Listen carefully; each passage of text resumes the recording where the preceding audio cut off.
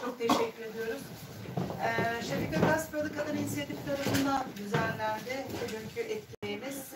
Bugün Kırım'ın Rusya tarafından işgalinin 9. yılı ve Rusya'nın Ukrayna'ya başlatmış olduğu savaşında 1. yılı tamamlandı ve biz düşündük ki bugüne kadar bu konularda yapılan toplantılarda bazı istatistiklerden bahsediyoruz, bazı bilgiler veriyoruz ama ayrıntılı olarak bu savaşların insani yönü hiç ele alınmadı. Yani bu savaşlar tamamen insanları hedef alıyor. Orada yaşayan insanlar, kadınlar, çocuklar, şehirler ne oldu, ne bitti bu konu üzerine çok durulmadı. O sebeple de biz bugünkü toplantıyı Kadın İnisiyatifi inisiyatif alarak dedi ki biz bu işgalin ve savaşların insani yönünü ele alacağız. Bu konuda da bir toplantı gerçekleştirdik. Bu toplantıya başlamadan önce Şefika Gaspalı Kadın İnisiyatifi'nin yeni yolbaşçısı, yeni başkanı, kıymetli dostumuz Necla Kalkay, inisiyatifimiz adına sizlere bir iki şey söylemek istiyor. Necla Hanım'ı buraya davet ediyorum.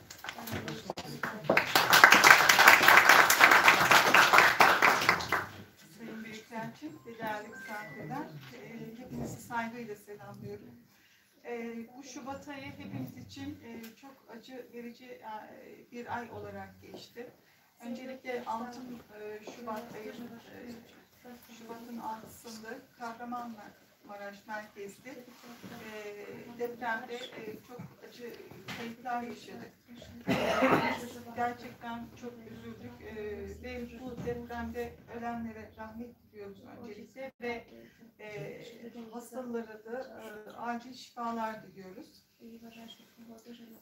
Bu felaketin acısını inşallah en yakın zamanda en aza indiririz. Bu deprem için öncelikli olarak biz derneğimizin diğer şubeleri, başka Kırım dernekleri olarak bir yardım kampanyasına başlandı. Ve deprem bölgesine bu yardımlar gitti. Genel merkez olarak Kırım Vakfı, Genel Merkezimiz ve Emel Vakfı olmak üzere de yine bir deprem bağış kampanyamız başladı. Hepimiz insani olarak bir kampanya diğer kuruluşlara yardım ettik ama derneğimiz adına da yine de bu deprem kampanyasına yardım amaçlı insani olarak tekrardan yardımlarınızı, duyarlılık göstermenizi bekliyoruz. Perşembe günü akşamı burada Numan Çelebi Cihan'ın 105. yılda şehit olmasına anma toplantımız ve dualarımız yapıldı. Ve depremde ölenler için de bu dualarımızı hayatlarını kaybedenlerin ruhlarına dualar ettik. Allah kabul etsin inşallah.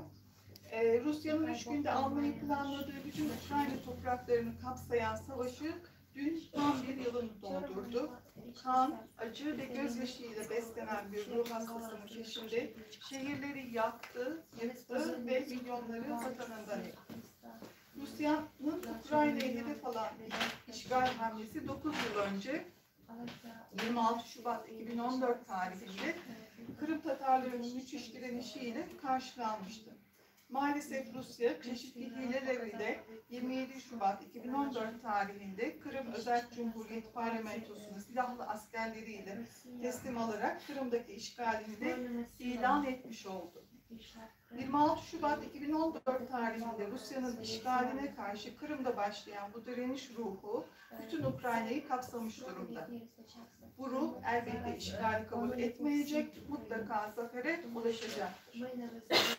Bu işgali tanık olan ve bu direniş ruhunu fikirleriyle bugüne kadar yaşatan iki değerli gazeteciyi yaşadıklarıyla birlikte bugün burada dinleyeceğiz. Gazeteci yazar Gönül Şamil Kızı'na ve Kırım Tatar Milli Meclisi üyesi ve medya bölümü başkanı Doçent Doktor Gayana Yüksel'e ve siz değerli katılımcılara Şefika Gaspralı Kadın İnisiyatifi olarak teşekkür ediyorum.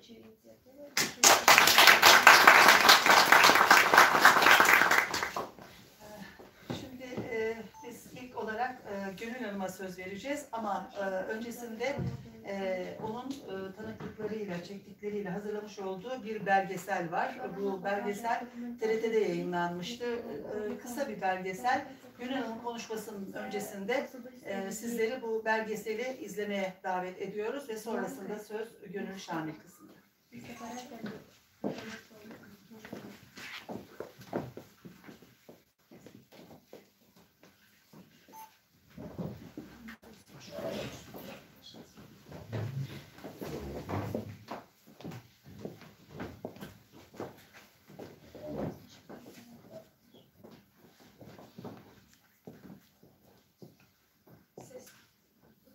Ses gidiyorsunuz. Gelme.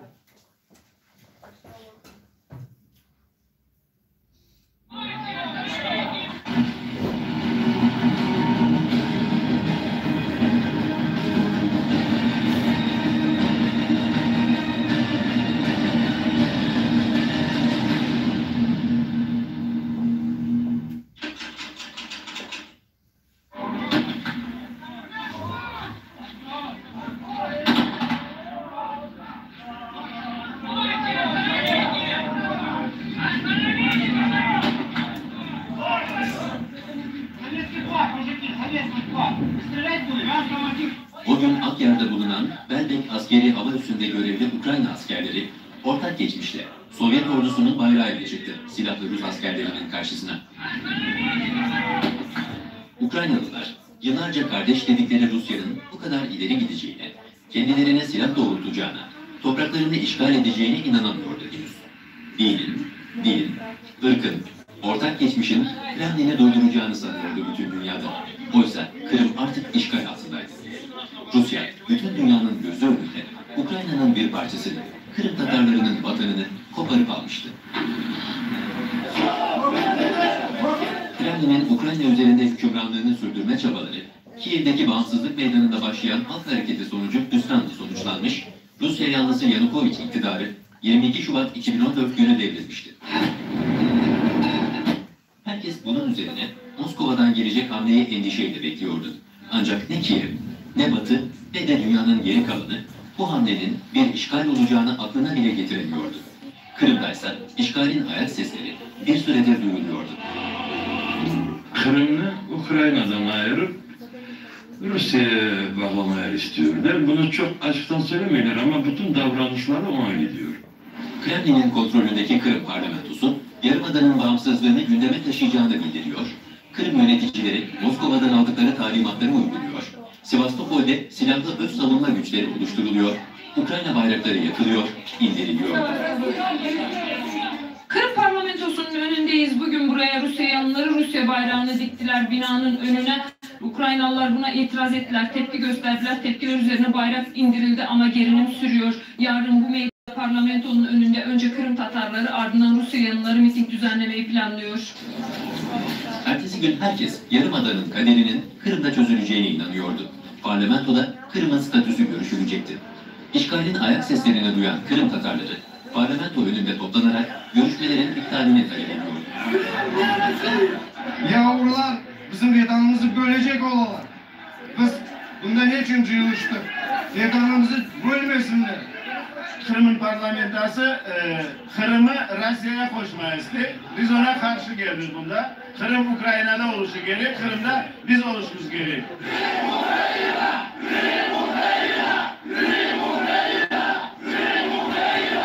O gün Kırım parlamentosunun önünde vatanı için dua eden Kırım Tatarlarının yanı sıra faşizmle mücadele sembolü Aziz George Kurdelisi'ni Kremlin faşizminin sembolüne dönüştüren Ruslar da vardı. Rusya bayraklarıyla Ukrayna'nın bütünlüğünü isteyenlere saldırıyorlardı. Kırım için bugün çok önemli bir gün, kader günü. Bugün Kırım parlamentosunda Kırım'ın statüsünün görüşülmesi bekleniyor. Kırım parlamentosunun önünde gergin bir bekleyiş var. Bir tarafta Rusya yanlısı Kazaklar, Rus Kazakları, diğer tarafta Kırım Tatarları ve Ukraynalılar toplanmış durumdalar, gösteri düzenliyorlar. Hemen arkamızda Kırım Tatarlarının önünde ise yine Rusya yanlıları, Rusya bayraklarıyla parlamentonun önünde toplanmış bulunuyorlar. Bugün aynı yerde yapılan iki karşıt gösteri sırasında çıkan arbedede 2 kişi hayatını kaybetti, 30 kişi yaralandı. Daha çok kan akıtılmasının karşısına alan Kırım Tatar Milli Meclisi'ydi.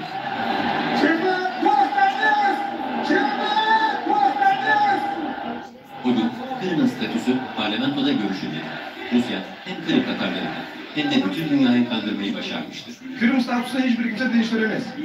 Kırım Ukrayna içerisinde kalacak ve biz bunu yerine getirmek için elimizden geldiğinde ne gerekiyorsa onu yapacağız. Halkımız birlik beraberlikte pek bağlı galebe kazandı bugün. Bütün Kazaklarga, Ruslarga gösterdik biz. Rusya'ya istemeyik mi? Bizim vedanımız Kırım ve bu Kırım vedanı Ukrayna'da olmak borçlu.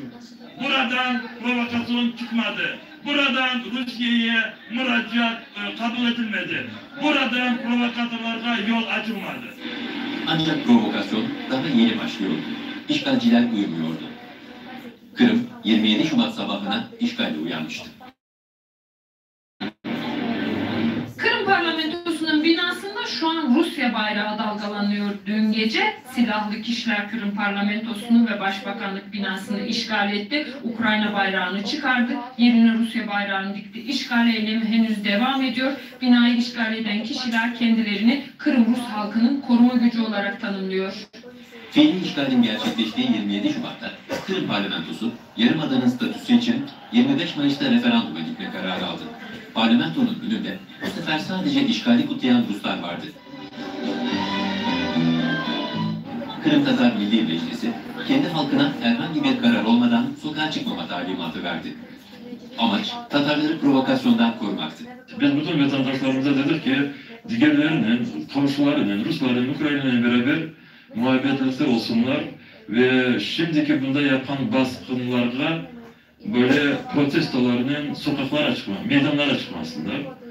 Kendileri sokaklarını, evlerini, çocuklarını kurcalamaya işte gerekli hareketler yapsınlar. Referandum kararının ardından Rus askerleri Kırım sokaklarında boy göstermeye başladı. Akmescit Havalimanı işgal edildi. Belbek Havalimanı ablukaya alındı, kapatıldı. ANİK gözlemcilerinin Kırım'a girişine izin verilmedi. Akmescid'e giden dönemin Ukrayna milletvekili Petro Poroshenko geri dönmek zorunda bırakıldı. Kamu binalarına, stratejik tesislere Rus askerleri el koydu. Şu an başkent Akmescid'e yaklaşık 50 kilometre mesafedeki Yevpatorya'da bulunan bir askeri birliğin önündeyiz. Şu an kameraman arkadaşım Fatih Demirkaya da sizlere gösteriyor. Bahsettiğimiz plakasız araçlar ve herhangi bir sembol, bayrak taşımayan askerler burada yine nöbetteler, kuşatmayı sürdürüyorlar. Boğazlar, limanlar kapatıldı. Burası Sevastopol'e gemilerin giriş yapabileceği tek yol, tek boğaz. Şimdi burada Rus askeri gemileri nöbet tutuyor. Ukrayna gemilerinin Sevastopol'e girmesine izin vermiyor. Sadece askeri gemilerin değil, ticari gemilerin de girişi yasak. Kırım artık kapalı bir cezaevini andırıyordu. Biz şoktayız. Ben Rus'um. Çok uzun süredir Kırım'da yaşıyorum. Biz savaşa karşıyız. Sokaklarımızda elinde otomatik silah tutan insanların dolaşmasını istemiyoruz. Şu an sokaklar çok korkunç. Eli silahlı kimliği belirsiz insanlar dolaşıyor. Bu çok korkunç. Korkuyoruz. Bizden intikam aldıklarından korkuyoruz. Ancak henüz işgale karşı direnenler de vardı. Командир подразделения. Silahlı kuvvetlerinin bir temsilcisi geldi. Bizden silahlarımızı bırakarak Rusya Silahlı Kuvvetleri'nin himayesine geçmemizi istedi. Ben reddettim ve kendi komutanlarımın emirlerini yerine getirdiğimi söyledim. Komutanlarımdan böyle bir emir almadım. Benim bir görevim var şu an. Yabancıların askeri birliğin içerisine girmesini her türlü yöntemlerle engellemek. Silah kullanımına kadar. Это не допустить проникновения посторонних лиц на территорию. Çoğunluğu Kırım Tatarlarından oluşan Bahçesaray'da insanlar Rus askerlerine ve Kırım yönetiminin temsilcilerine tepki gösteriyorlar. Ellerinde Ukrayna bayrağının rengini taşıyan balonlarla askeri birliğin önüne gelen Kırım Tatarları Ukrayna askerlerine destek veriyorlar. Onlara yiyecek içecek getiriyorlar.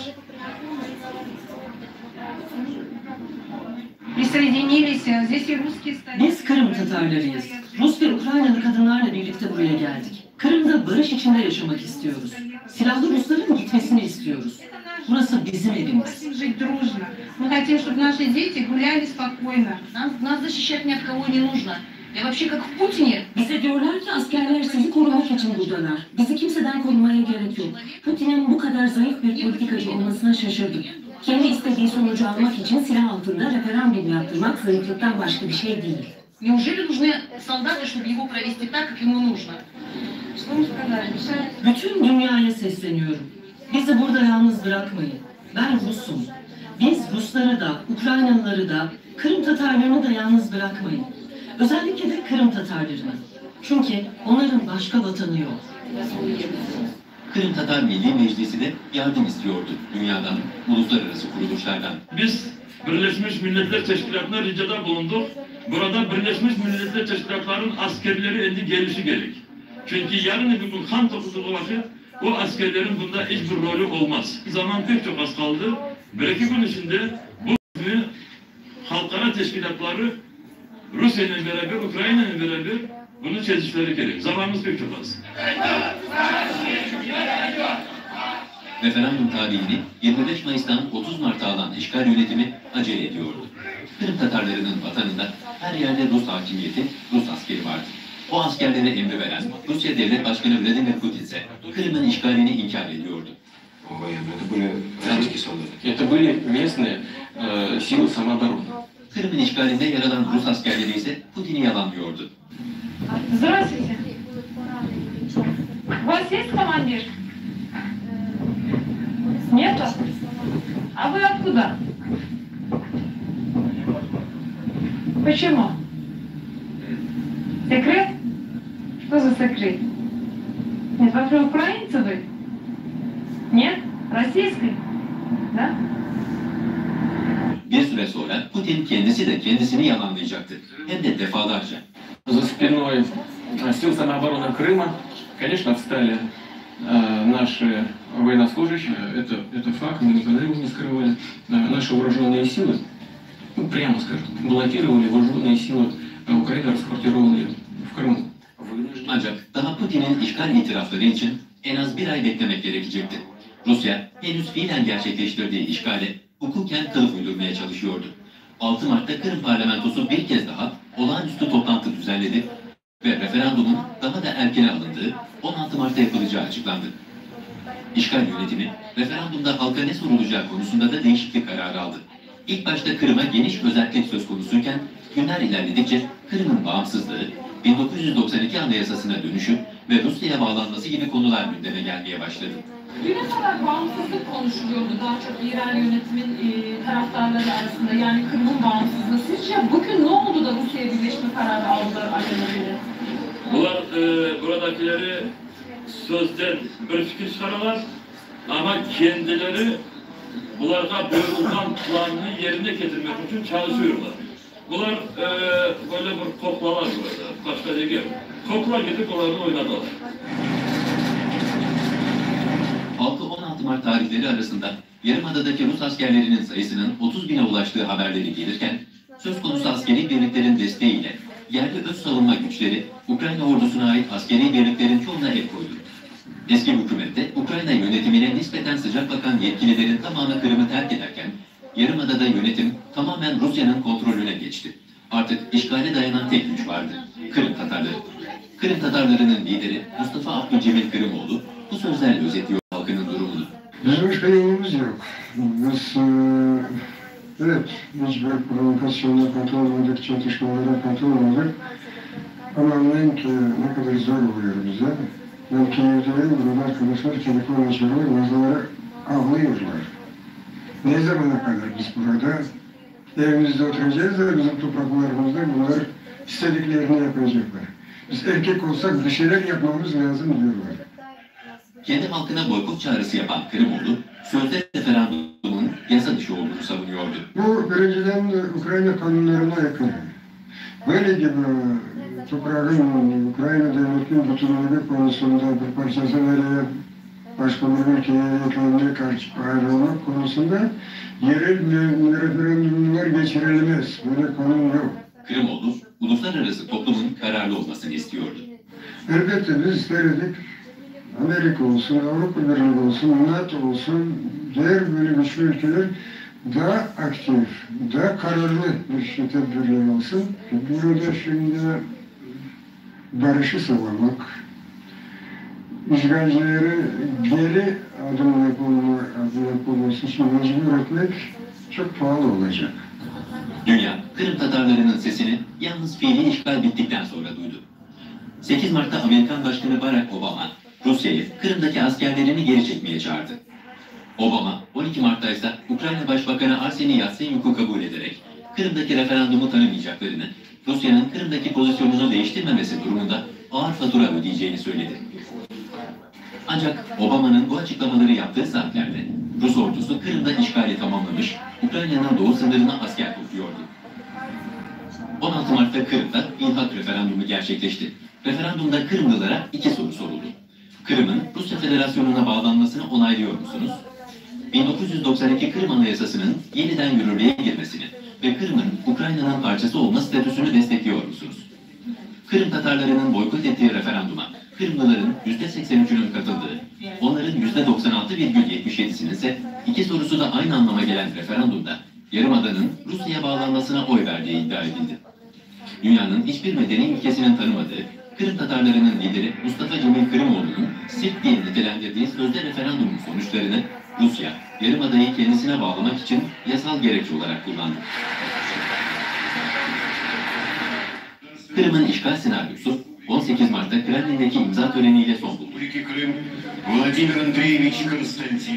Putin'in Moskova'da gövde gösterisi yaptığı o gün Kırım Tatarlarının da töreni vardı. İşgal güçlerince kaçırılarak işkencelerle öldürülen Kırım Tatarı, 3 çocuk babası Reşat Ametov'un cenaze töreni. Reşat Ametov, Karasupazar'da toprağa verildi. Belki de şanslıydı. Çünkü ondan sonra Kırım Tatarları, başta liderleri olmak üzere, çeşitli yöntemlerle yeniden vatan Kırım'ı terk etmek zorunda bırakılacak.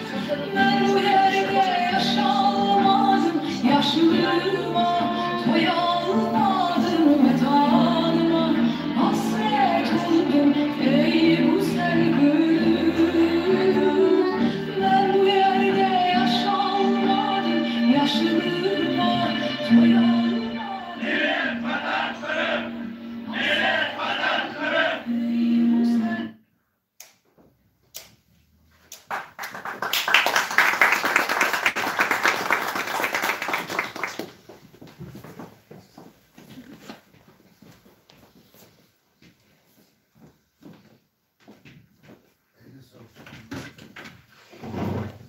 Sevgili dostlar, benim için çok zor.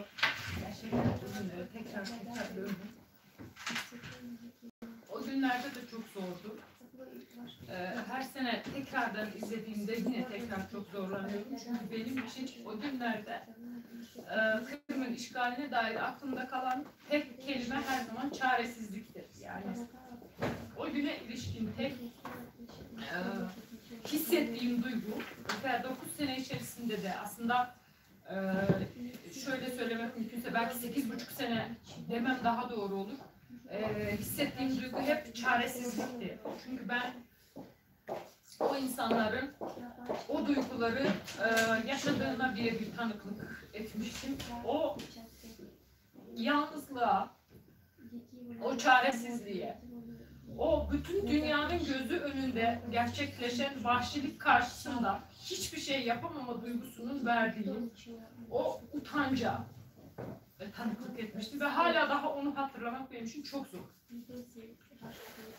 Ve ben o kadar onun etkisi altında kalmıştım, insan olarak o kadar yoğun etkisi altında kalmıştım ki çok uzun süre ben Kırım'ın bir daha işgalden kurtarılmayacağı duygusuna kapılmıştım.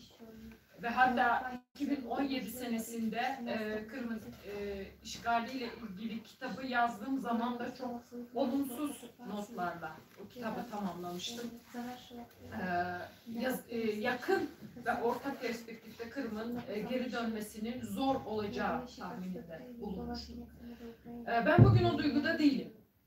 Ve bugün o duygularımı değiştiren 2014 senesinde gördüğüm çaresizlik ve yalnızlık duygusunun yerini 2022 senesinden sonra Ukrayna halkında gördüğüm uyanış, birlik, mücadele azmidir.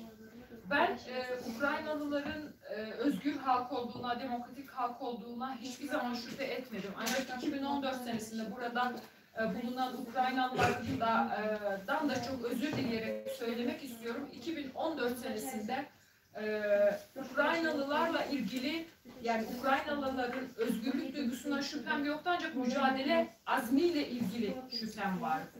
2002 senesinden sonra benim bu şüphelerim ortadan kalktı ve 2002 senesinden sonra benim Kırım'ın işgalden kurtarılacağına ilişkin umutlarım da yeniden baş kaldırmaya başladı. Ben bugün Kırım'ın işgalden kurtarılacağına bütün varlığımla inanıyorum ve zaferin Ukrayna'nın olacağına da bütün varlığımla inanıyorum. Bu inançla da konuşmama başlamak istiyorum. Ve söylediğim gibi 2014 senesinde hissettiğim acı ve çaresizlik duygusunu bugün acı ve inançla değiştirdim ben ve bunun için de Ukrayna 2002 senesinden itibaren, Şubat 2022'den itibaren başlayan savaşta hayatını kaybeden, özgürlük için mücadele eden, Ukrayna için mücadele eden, bütün eski Sovyet coğrafyası ülkelerinin halkları için mücadele eden, bütün Avrupa'nın ve dünyanın güvenliği için mücadele eden Ukrayna kahramanlarını saygıyla anıyorum. Bunların içerisinde biliyoruz ki çok sayıda Kırım Tatarı var. Kırım Tatarlarını da derin bir minnetle, saygıyla anıyorum.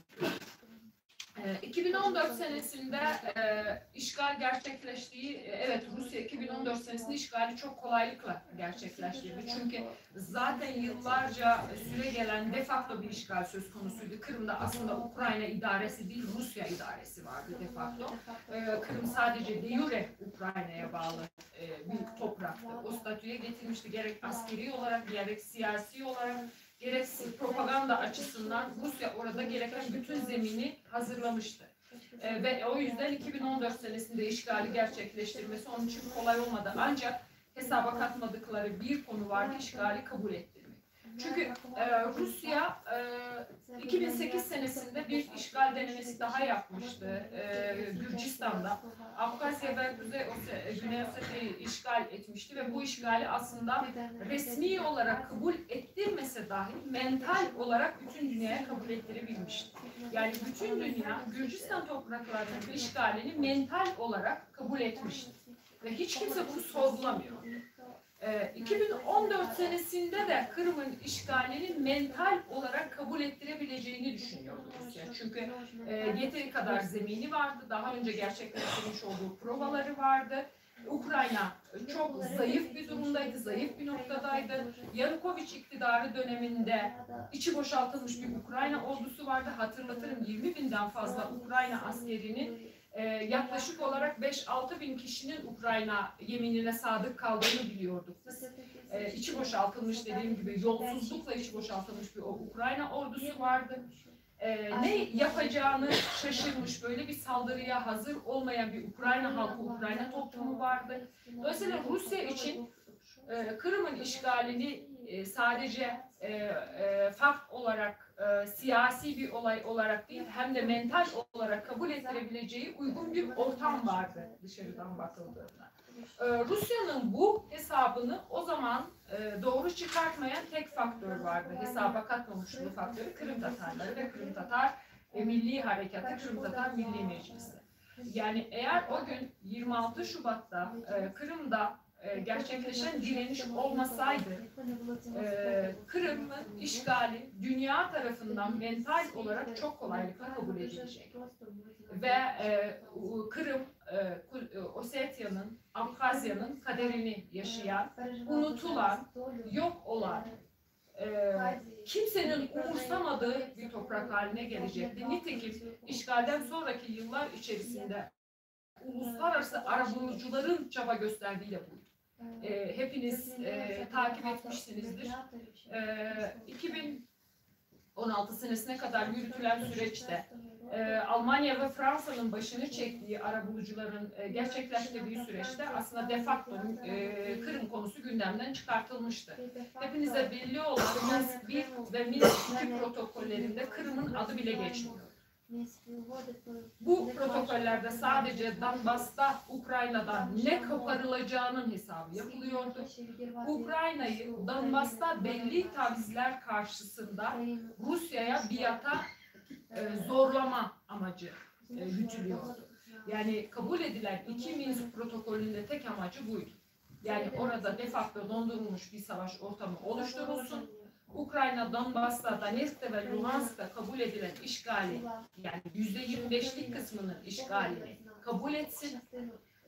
Oradaki ayrılıkçılara, ki Rusya artık onlara Rus pasaportlarını dağıtmaya başlamıştır, belli bir statü tanısın, Kırım'ı tamamen unutsun ve bu şekilde devam etsin Ukrayna hayatına. Aslında bunu belli bir miktarda kabul ettirmeyi de başarmıştı. Çünkü Ukrayna halkı 2014'ten itibaren Donbas'ta başlayan savaştan yorulmuştu. Ukrayna politikacıları yorulmuştu. Rusya, Ukrayna'da 5. kolonun güçlendirilmesi için, işbirlikçilerin güçlendirilmesi için çok büyük paralar dağıtıyordu. Ve bunun için çok uygun bir ortam sağlamış. Ve aslında Putin'in açgözlülüğü olmasaydı, paranoyası olmasaydı, Ukrayna'nın tamamını biat ettirme düşüncesi olmasaydı bu kabullenilecekti. Bugün bunu hepimizin çok net bir şekilde görmemiz lazım. Yani Putin 2022 senesinde tekrar Ukrayna'nın tamamına topyekün saldırıyı başlatmasaydı, bizim hepimiz topluca Kırım'ı unutmaya, Donbas'taki işgali kabullenmeye zorlanacaktık ve Ukrayna'ya da bunu Batı ve dünya kabul ettirmeye zorlanacaktı. Siz bakmayın bugün Türkiye'de de Rus propagandasının Amerika, Avrupa, Ukrayna'yı kızıştırdığımızda hayır. Yani tam tersi Batı, Avrupa, Amerika, Fransa, Almanya özellikle Ukrayna'yı bu işgali kabullenmeye zorluyor. Ve eğer 2002 senesinde Şubat'ta ilk 3 gün içerisinde Kiev düşseydi, bugün gördüğünüz uluslararası desteğin hiç %1'ini değil, 1/1000'ini bile hiçbirimiz görmeyecektik. O işgalde kabullendik. Burada 2004 senesinde Kırım'ın işgalinin kabul edilmesinin mental olarak bütün dünya tarafından kabul edilmesinin önündeki yegane faktör Kırım Tatarlarıydı. 2022 senesinde ise bu işgalin dünya tarafından Ukrayna'ya zorla kabul ettirilmemesinin ve dünyanın desteğe mecbur olmasının karşısındaki yegane faktör Ukrayna halkının direnişi. Yani aslında 2022 senesinde, 2014 senesindeki işgal kabul ettirilseydi, 2022 senesindeki işgal ihtiyaç kalmayacaktı. 2022 senesinde Ukrayna teslim olsaydı, Ukrayna halkı direnmeseydi, yine bunu da biz gözümüzün önünde Kırım'ın işgaline benzer, Gürcistan topraklarının işgaline benzer bir senaryo olarak sadece izlemekle yetinecektik. Söylediğim gibi bu faktör çok önemliydi. Şimdi ben tekrar Kırım'a dönmek istiyorum. Söylediğimiz gibi bugün aslında biz siyasi yönünden daha ziyade Kırım'da yaşanan süreci ve insani yönünü değerlendirmek istiyoruz. Az önce izlediğiniz videoda gördüğünüz insanların büyük bir çoğunluğu, daha doğrusu büyük bir çoğunluğu değil, bir kısmı artık hayatta değil maalesef. Birçoğu stresten, kalp krizinden hayatını geçiren insanlar var, Kırım Tatarları var. Savaşta hayatını kaybeden insanlar var. O görüntülerde gördüğünüz insanların içinde Belki orada siz tanımadığınız için fark etmiyorsunuz ama Timur Şamerdanov gibi, Seyran Zinedinov gibi kaçırılan ve hala haber alınamayan insanlar var.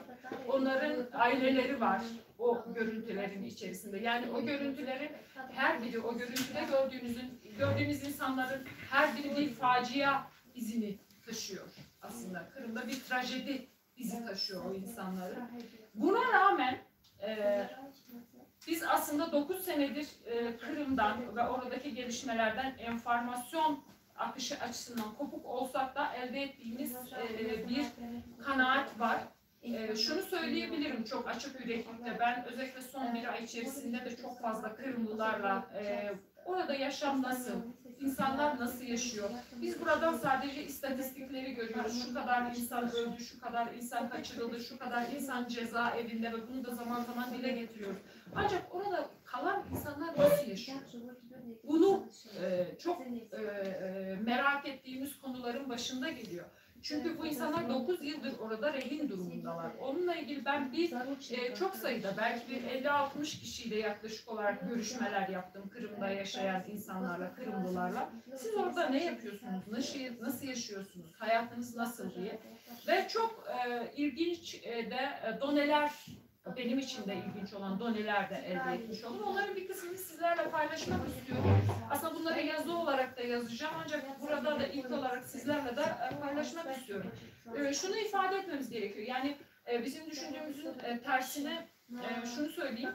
Mesela ilk yıllarda, işgalin ilk yıllarında bir açlık ve yokluk gelmedi Kırım'a. Tam tersi. Şaşırtıcı bir biçimde bir para, sıcak para akışı başladı Kırım'a.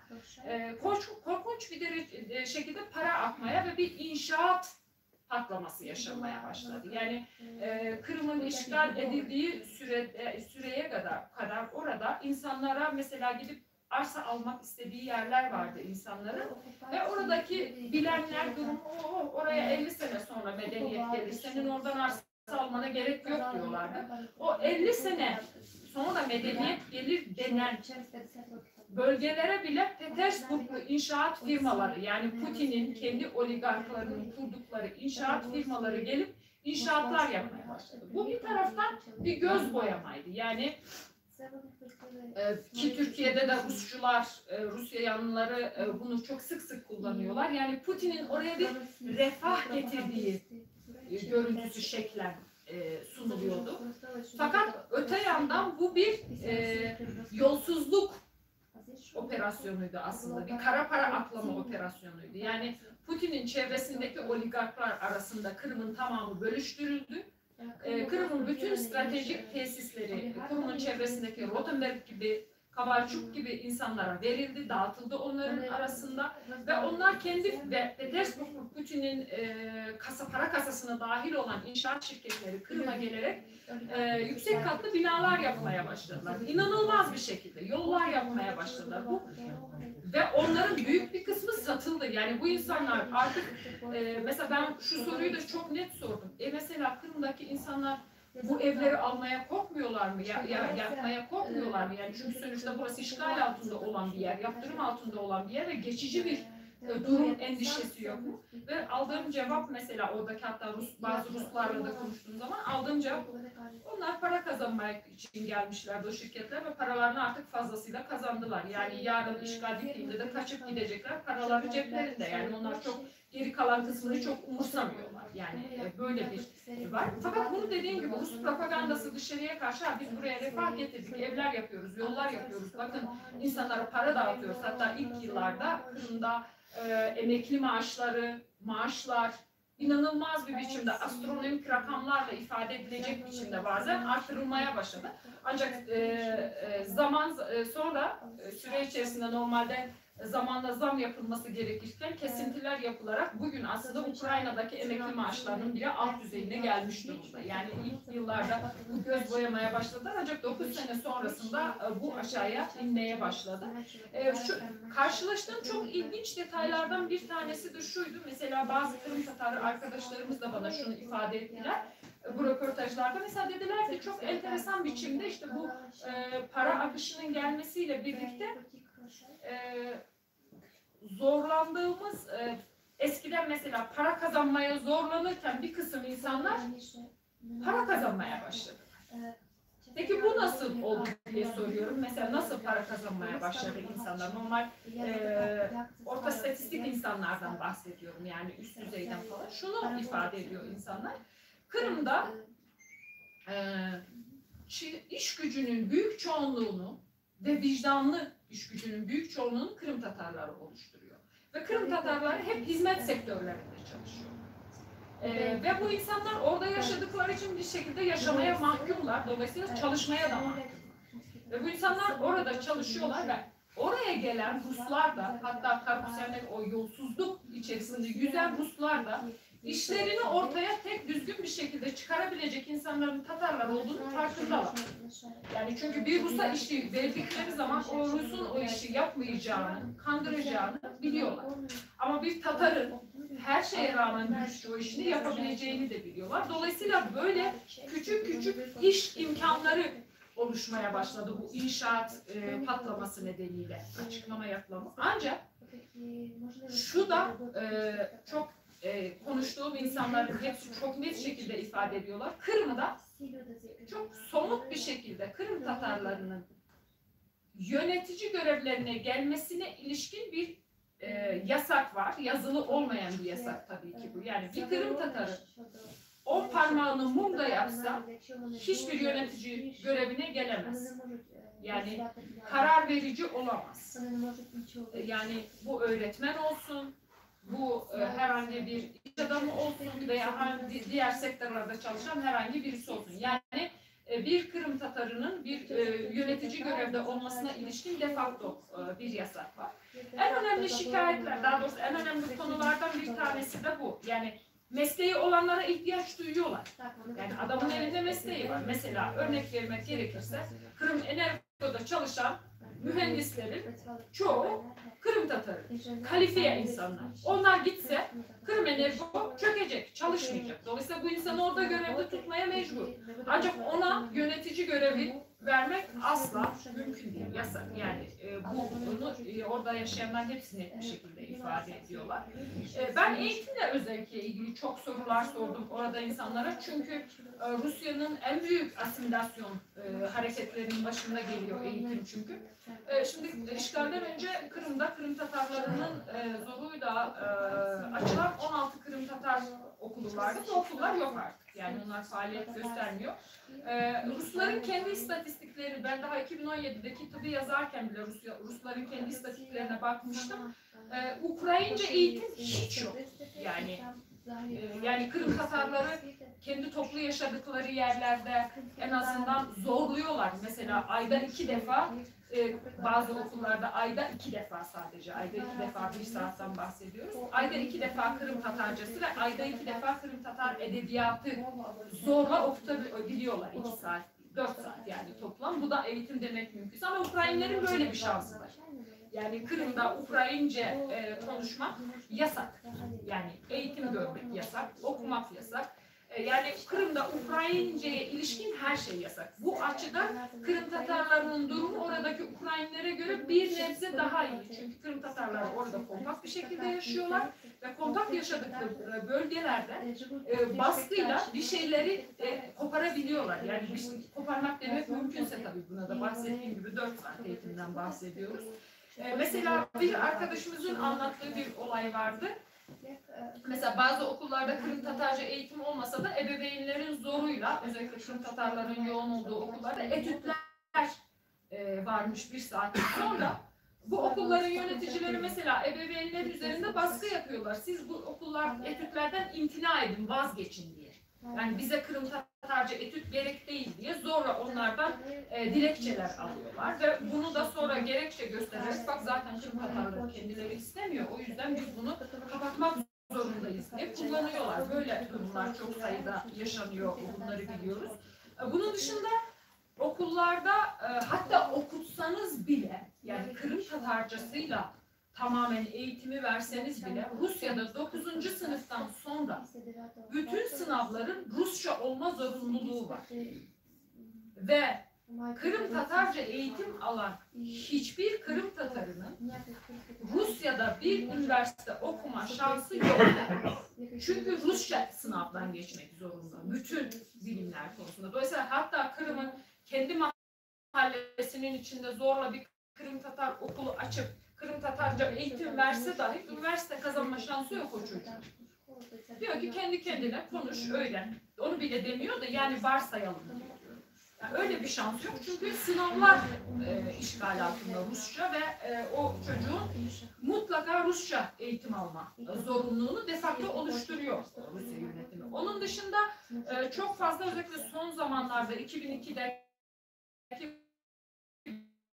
bu Şubat'taki topyekün saldırıdan sonra yeni çok eğilimler var. Bütün okullarda tabii ki Rus askerlerine yardım toplamayı, Rus askerlerine her gün düzenli olarak mektuplar yazmayı zorunlu hale getirmiş. Rusya'nın bütün okullarında aynı zamanda da işgal altında olan daha doğrusu önemli olaylar hakkında bir ders predmeti koymuşlar. Pazartesi günleri o öğretmenler bütün okullarda önemli olayları anlatıyorlar. Tabii bu önemli tırnak içerisindeki olaylarda Rusya'nın ana vatan olmasına, Ukrayna'nın düşman olmasına, Ukraynalı Nazilerin, Kırım'dakilerin kafalarını kesmeye hazırlanmasına, Kırım Tatarlarının da buna destek vermesine ilişkin propagandadan oluşuyor. Düşünün 1. 2. sınıfa giden çocuklara bunları bütün gün öğretiyorlar. Yani ve ben onu da hatta sordum Kırım Tatarı arkadaşlarımıza, peki siz evde bununla nasıl baş ediyorsunuz? Şunu söylüyorlar onlar, yaşça nispeten büyük olan çocuklarımız anlıyorlar. Aynı bizim Sovyet zamanında olduğumuz gibi diyorlar. Onlar okulda okutulanın, okuldaki yalanın okulda kalması gerektiğini, gerçeğin ise evde konuşulması gerektiğini ve bunların arasına sınır koymaları gerektiğini biliyorlar. Ama bunu bilenler daha büyük yaşta olan çocuklar. Küçük çocuklar, 2. 3. sınıftaki çocuklar ise ellerinde bazen Rus bayraklarıyla mesela düşünebiliyor musunuz? Kırım Tatar evine gelip Zarasiye diye bağırıyorlar. Yani çocukların kafalarını böyle bir yıkama süreci söz konusu Kırım'da, okullarda. Veya ev ödevi veriyor öğretmeni. Bugün sen Rus askerine destek mektubu yazacaksın diye. 2. 3. 4. sınıfta okuyan öğrenciye. Ve yazmadığı zaman bütün sınıfın ortaya çıkarıp ayıplıyor, cezalandırıyor, aşağılıyor o çocukları. Yani böyle bir ortamdan bahsediyoruz. Yani görünürde evet bu çocuk okula gidiyor, evet Kırım Tatarı'nın okula gitmesini Rusya yasaklamıyor görünürde. Ancak o Kırım Tatarı çocuk tamamen Rus propagandasıyla büyütülüyor. Rus propagandasıyla terbiye edilmeye çalışıyor. Ve bu çocukların artık evde de ebeveynler gerçeği anlatmaya korkuyorlar. Çünkü o çocuk gidip okulda, şunu biliyoruz çünkü okulda Slava Ukrayna dediği için cezalandırılan öğrencileri, yani bütün okulun ortasında cezalandırılan öğrencilerin olduğunu biliyoruz. Yani bunların görüntüleri de yayınlandığı zaman. Dolayısıyla böyle bir baskı söz konusu. Geçen sene ise, 2 sene önce ise hatta Kırım Tatar okullarına, özellikle Kırım Tatarlarının eğitim aldığı okullara Kırım Tatarların hain olduğuna, Rusya'yı sattığına, 2. Dünya Savaşı'nda vatanlarını sattığına ve bu yüzden sürgün edildiğine ilişkin makalenin yer aldığı tarih kitabı dağıtıldı Kırım Tatarlarına. Bütün Kırım'daki okullara dağıtıldı. Sonra bunun büyük bir skandala dönüştürdü oradaki Kırım dayanışması ve orada yaşayan Kırım Tatarları. Mecbur oldular, bu kitabı kaldırdılar o okullarda. Yani kitap okullardan ders olarak sunulmuştu fakat kaldırdılar, ancak bunun propagandasını öğretmenler devam ettiriyorlar. Yani kitap yok, öğretmen var. Veya hatta Kırım Tatar öğretmenleri ders geçmek isteseler bile Kırım Tatarca kitapları yasaklıyorlar. Yani mesela 2 tane kitap basmışlar. Kırım Tatarcası Radnoy, Kırım Tatarcası Niradnoy. Yani yabancı dil de demiyor. Ana dilin olmayan dil diye sunuyor. Yani Niradnoy kitabın üzerine. Yani senin ana dilin olmayan dil diye kitap sunuyor öğrenciye. Yani her adımda, her nefeste bu propaganda okullarda söz konusu bahsettiğim gibi günlük yaşamı. Ben biliyorum biraz uzun konuştum ama bu detayların bence hepimizin bilmesi gereken detaylar olduğunu düşünüyorum. Çok da sıkmak da istemiyorum ama bana ilginç geldiği için size de ilginç geleceğini düşünüyorum. Mesela ilişkileri daha çok sordum. İnsanlara toplumsal alanda ilişkilerimiz nasıl? Şunu söylüyorlar yani özellikle son bir yılda istisnasız olarak sokakta Telegram, Instagram, Facebook, Twitter açıp bakamaz. Zaten bunların birçoğu yasak ancak mesela Telegram açıp izleyemezsin. Çünkü yanlışlıkla bir otobüste o Telegram kanalında bir Ukrayince ifade veya Rus ordusunun yenildiğine ilişkin bu ifade duyulduğu anda sağdan soldan illa birileri bulunuyor ve size saldırıyor. Yani böyle bir ortam söz konusu. Dolayısıyla aslında şu anda Kırım'ı ifade eden kelime nedir diye sordum onların birçoğunluğuna. Şunu söylediler, sessizlik.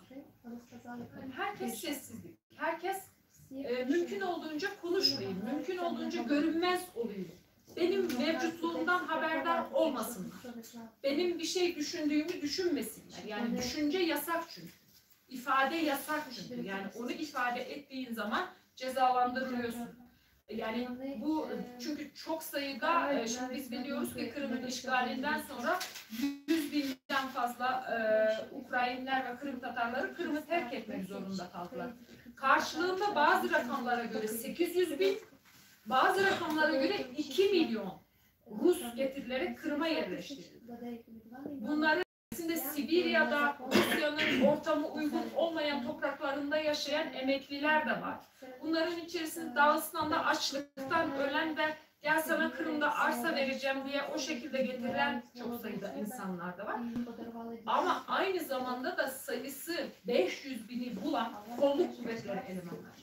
FSB elemanları var, savcılık elemanları var, polisler var ve bunların işi üst yöneticilerine yarınmak. Yani otobüste ben Slava Ukrayna diyen birini yasakladım veya Çevrona Kalın'a okuyan bir düğünde birini yakaladım, videosunu çektim. Bak ben görevimi yerine getirdim. Yani bu insanların işi bu, görevi bu. Ve onların sayısı çok fazla ve dolayısıyla insanlar bunlarla nerede karşılaşacaklarını bilmedikleri için her yerde dikkatli olmak zorundalar. Ve bu sadece Kırım Tatarlar ve Ukrayniler için geçerli değil, oradaki Ruslar için de geçerli. Yani oradaki Ruslar da konuşamıyor. Onlar da kendi aralarında bunu konuşamıyorlar. Ruslarla ilişkilerini sordum ben mesela insanlara. Nasıldı? Dediler ki işgalin ilk zamanlarında bazıları çok fazla üst perdeden konuşuyordu orada yaşayan Ruslar. Bizlerle yani özellikle Kırım Tatar bak buranın sahibi siz değilsiniz biz veya sokakta giderken sataşıyorlardı. Bu Kırım Tatarları da buranın sahipleri olduklarını düşünüyorlardı ama gösterdik kim olduğunu falan gibi çok sataşmalar yaşıyorduk diyor. Fakat zamanla özellikle de son bir yılda çok enteresan bir şekilde bunun azaldığını görüyoruz diyorlar. Çünkü Kırım'da yaşayan Ruslar da Rusya'nın onları nasıl kandırdığını 9 senede görme fırsatına sahip oldu. Çünkü bugün mesela Ukrayna, Kırım'a hiçbir ürün gelmiyor neredeyse dışarıdan. Hem yaptırımlar dolayısıyla son bir yılda da bu savaş dolayısıyla hiçbir Ukrayna ürünü yok. Sadece Rus ürünleri var. Mesela çok basit bir misal söyleyeyim. Rus üretimi olan insülini alıyor insanlar 2 gün sonra kör oluyor. Yani bu orada yaşayan insanların anlattığı olaylar. Aldıkları yiyeceğin hiçbir tadı yok, hiçbir kalitesi yok. Ve insanlar diyor mesela şu an önüne bir Ukrayna ürünü ve bir Rus ürünü koysan Ukrayna ürününe hepsi topluca atlayacak durumdalar. Ve bunu orada yaşayan Ruslar da görüyor günlük hayatlarında. Ve bütün bunlardan sonra ben şimdi aslında çok detay var ama Gayana Hanım da konuşacak. Siz için o zamanı çalmak istemiyorum. Siz de yormak istemiyorum. Son olarak şunu sordum ben bütün konuştuğum insanlara.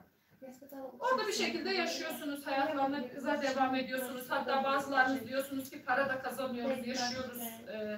Peki neden bu şartlar altında neden hala Ukrayna gelsin diyorsunuz? Çok net bir şekilde hepsinden aldığım cevap şu. Biz evet Kırım'a döndüğümüzde çok zorluklar yaşadık. Evet çok siyasi zorluklar yaşadık. Evlerimize dönemedik. Hatta kendi evlerimizi bize satmadılar.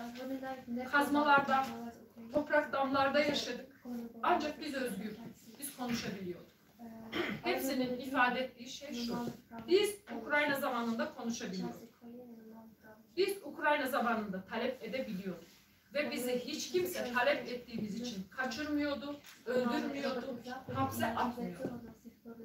Biz Ukrayna zamanındaki bütün zorluklara rağmen ve Bunu belki Ukrayna zamanında çok anlamıyorduk. Son 9 senede bunu çok net bir şekilde anladık. Çünkü artık Türkiye'de şu meşhur olan ha Rusya, ha Ukrayna ne farkı var sorusunun cevabını biz Kırım'da yaşayan Kırım Tatarları olarak 9 senede çok net bir şekilde günlük yaşamımızda görmüş olduk. Ki neden Ukrayna, neden Rusya değil Ukrayna? Çünkü Rusya ile Ukrayna arasındaki tercih özgürlükle esaret arasındaki bir tercihtir ve biz özgürlüğü tercih ediyoruz.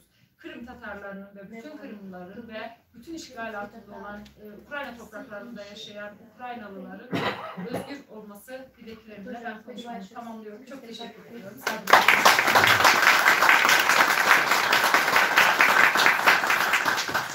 Gülnur Hanım'a çok teşekkür ediyoruz.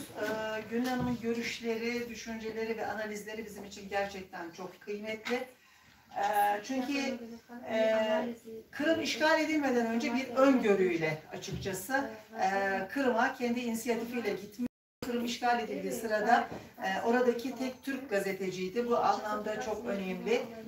Bizim için yapmış olduğu analizler ve gözlemleri. Bölgeyi de iyi tanıyan biri olarak kendisine tekrar çok teşekkür ediyoruz. Şimdi ben sözü Gayana Yüksel'e vereceğim. Gayana Hanım'dan önce de bir açıklama da yapmak istiyorum. Gayana Hanım'ın sunumundan sonra söz vereceğimiz ve kendilerinin burada görüşlerini paylaşmasını isteyeceğimiz konuklarımız da var aramızda. Bunlardan birisi İlmi Ömer, Kırım Tatar Milli Meclisi Başkan Yardımcısı, bir dönem Bahçesaray Valisi, hem işgali hem daha sonrasında Kırım'da, Ukrayna'da yaşanan savaşı canlı olarak yaşayan ve işgal süresince de farklı şekillerde yaşayan, hepimiz biliyoruz onun cezaevinde yaşadığı günleri de bize söyleyecekleri mutlaka vardır. Ayrıca şu anda Ukrayna'da yaşanmakta olan savaş sırasında Ukraynilerle beraber savaşan Kırım Tatarları var ve onların çok kıymetli liderleri Sayın İsa Akay aramızda. İsa Bey'in de mutlaka paylaşacakları ve bize söyleyecekleri vardır. Onun görüşlerini de bekliyoruz. Ve tabii ki Sayın Büyükelçim sizin de analizlerinizi almak istiyoruz. Ben de şimdi fazla uzatmadan sözü Gayana Yüksel'e vereceğim.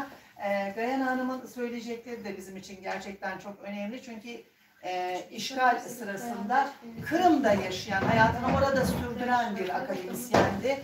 Fakat işgal sonrasında zorunlu olarak Kırım'dan çıkmak durumunda kaldı. Ailesiyle birlikte Ukrayna'ya gitti ama orada üstüne bir de savaş yaşadı. Bu kez Ukrayna'dan da ayrılmak zorunda kaldı. Bu anlamda söyleyecekleri analizleri çok kıymetli. Sözü ben Doçent Doktor Gayana Yüksel'e bırakıyorum.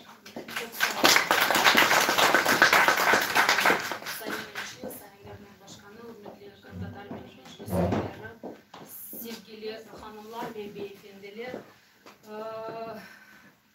yani toplandığımız böyle konu, yani bizi burada toplayan konu hakikaten zor, hakikaten kıyım bizim için. Yani Kırım'ın işgalinin 9 yıllığı ve bunu hazırlarken nasıl yapalım, nasıl edelim düşünürken insani boyutu ele almak istedik. Çünkü hakikaten Oya Hanım söylediği gibi insani boyut en son kaleme, en son dikkate alınan bir boyut.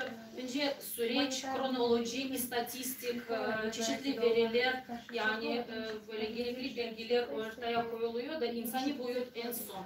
Yani 9 yıl önce yaşadığımız duyguları size aktarmak istiyorum. Daha doğrusu aktarmak değil, sizi davet etmek istiyorum. Çünkü hepimiz o duyguları yaşadık. Burada salonda Kırım'da yaşayanları o dönemde görüyorum. İsmet Yüksel'in, Nilümer, sevgili arkadaşlar burada bulunuyor. Siz Kırım'da olmasanız da o olayları takip ediyordunuz ve mutlaka duyguları yaşadınız. Dolayısıyla küçük bir sunum hazırladım. Daha doğrusu sunum değil. Bazı resimler, o resimlerle birlikte olup bitenleri anlatmaya çalışacağım. Şimdi Akmeçit, Kırım'ın başkenti Simferopol. Bu resim işgalden önce çekilen bir resimdir. 18 Mayıs 2013 senesi. Kırım'da alıştığımız şekilde geçirdiğimiz son Mate mitingi, hepimiz o zaman Akmeçit'in meydanda, merkezi meydanda toplanıp görüşüyorduk, miting geçiriyorduk ve duygularımızı paylaşıyorduk. 2013 senesi ne demektir? Kırım Tatarlar Kırım'da çeyrek asır yaşıyorlar. Sürgün yerlerden dönüyorlar. Yaklaşık 20-25 sene geçiyor ve bizim için çok önemli bir süreçti. Bu süreç içerisinde Kırım Tatarlar ayağa kalkıyor, evleri kuruyor, çocukları büyütüyorlar. Bizim faaliyet gösterdiğimiz kurumlar var. Tiyatro, üniversite, Milli Kutuphane, Milli Müzesi, teşkilatlar, yaklaşık 200 teşkilat faaliyet gösteriyordu Kırım'da. İyi veya kötü, çok farklı değerlendirilir o süreç. Biz evdeydik ve ayağa kalkıyorduk. Ve o duygular bizim için yani çok önemliydi. Biz evdeydik, biz eve döndük. Biz nasıl olsa olsun, nasıl zorluklardan geçsek de ayağa kalkıyoruz ve Kırım'da yaşıyoruz. İkinci çok önemli bir özellik, o dönemde, Ukrayna bağımsızlık döneminde 2 tane devrim geçti Ukrayna'da. 2014-2005 senesi turuncu devrim ve 2013-2014 senesinde onur devrimi. 2 tane önemli olay bizim için, Kırım Tatarlar için. Oraya katılmak asla böyle bir tartışılacak ya da ele alınacak bir problem değildi. Asla konuşmuyorduk. Ben hatırlamıyorum böyle bir problem. Ne ATR'de ne medyada katılıp katılmamamızı hiç düşünmüyorduk. Doğal bir şekilde katılıyorduk. Ukrayna'yı destekliyorduk. Ukraynalıları destekliyorduk. Avrupa Birliği'ne, NATO'ya girme düşüncelerini destekliyorduk. Ve hepimiz oradaydık. Gönüllü olsak da belki hepimiz gitmesek de fakat mesela onur devrimde Kiev Meydanı'nda Kırım Tatar çadırı açıldı, bayrağı dikildi, liderlerimiz katıldı, insanlarımız katıldı. Neden biliyor musunuz? Neden biz bunu düşünmüyorduk? Çünkü doğal olarak uluslararası prensiplerinde gösterilen ideoloji ve felsefe yaşıyordu. Bizim milli hareketimiz, milli düşüncelerimiz böyle uluslararası hakkına, hukukuna dayayan bir düşüncedir, felsefedir ve biz bunu doğal olarak yaşıyorduk. Belki bilinçte değildik, belki anlamıyorduk. Fakat bizim için bu normal bir şeydi. Böyle düşünmek ve Ukraynalılarla birlikte olmak. İşgal başlıyor. Aslında bu çalışmaları yaparken şunu anladım, ne kadar mitingi seven bir milletiz. Çok miting geçirdik, miting üstüne miting. 2014 senesinin başı Kırım Tatarlar için zor bir süreçti. Dediğim gibi meydan olayları vardı Ukrayna'da, yani bayağı böyle gergin vakalar yaşanıyordu. Kırım'da bunu takip edip çete kalmamaya çalışıyordu. Fakat Kırım'daki yönetimi dediği gibi daha çok Ruslara, daha çok partiya Regionov, Yanukovych kol tutuyordu. Ve o zamanki Kırım'ın yönetimi hiç hoşumuza gitmiyordu. Biz aslında tek 26 Şubat mitingi ele alıyoruz, ona dikkatimizi ayırdık. Fakat daha önce de bir sürü Kırım yönetimi Rusya ile bağlanmak ve Rusya işbirliği kurmak böyle çalışmalar, denemeler vardı. Onlardan birisi mesela 4 Şubat'ta bir mektup yazacaklardı Rusya'ya, Konstantinovlar. O zaman meclis karşı çıktı ve buna tepki gösterdi. Bu 23 Şubat Numan Çelebici-Han anma mitingi. Bunun 2 gün önce Yanukovych Kiev'i terk ediyor. Kaçıyor Kiev'den. Ve o günleri, 3-4 günü inanılmaz heyecan yaşıyoruz. İnanılmaz umut yaşıyoruz. Bir tane gazeteci arkadaşım Facebook'ta yazdığı gibi finita la komedya Yanukovych için ifade kullandık. Hakikaten kazandık. Hakikaten Maydan kazandı. Hakikaten Avrupa Birliği'ne yolumuz açıldı diye bir duygular içerisindeydi. Ve bu duygularla bu miting geçti. O zaman konuşmalar çok güzeldi, çok heyecanlıydı. Kırım Tatar Milli Meclis Başkanı konuştu, diğer arkadaşlar konuştu o mitingde. Ve büyük bir umutla o meydanda toplandı. Fakat olaylar maalesef bunu farklı bize gösterdi. Gelişen olaylar 25 Şubat akşamı haber aldık. Yarın ertesi gün Kırım Parlamentosu'nun sesiyası geçecek ve orada Kırım Parlamentosu Rusya ve Rusya Cumhurbaşkanı'na başvuru yapıp yardım isteyecek. 25 akşamı mecliste toplandı. Öğleden sonra meclis binasını biliyorsunuz ikinci katta Mustafa Ağa'nın odasının yan odasında toplandık. Hepimiz yeni meclis azaları konuştuk. Yarın ne yapacağız, ne edeceğiz, nasıl hareketimiz nasıl olacak, nasıl tepki göstereceğiz. 3 tane yaklaşım vardı, 3 tane düşünce. Mitingi geçirmek, mitingi geçirmemek ve mitingi, karşılık mitingi başka bir yerde geçirmek. Yani gidelim başka bir yerde mitingi yapalım. Farklı düşünceler, meclis serbest bir organ ve insan istediği gibi düşünce söyleyebilir, aktarabilir. Mitingi mutlaka yapmalıyız, karşılık vermeliyiz ve 26'sında meydana gelmeliyiz ve Kırım Parlamentosu'nun meydana gelmeliyiz diye bir karar aldık. Ertesi gün mitinge katıldık. Bu miting hakkında çok kitap yazıldı, çalışmalar, hatta araştırma, dakika mitingi gösteren araştırma yapıldı.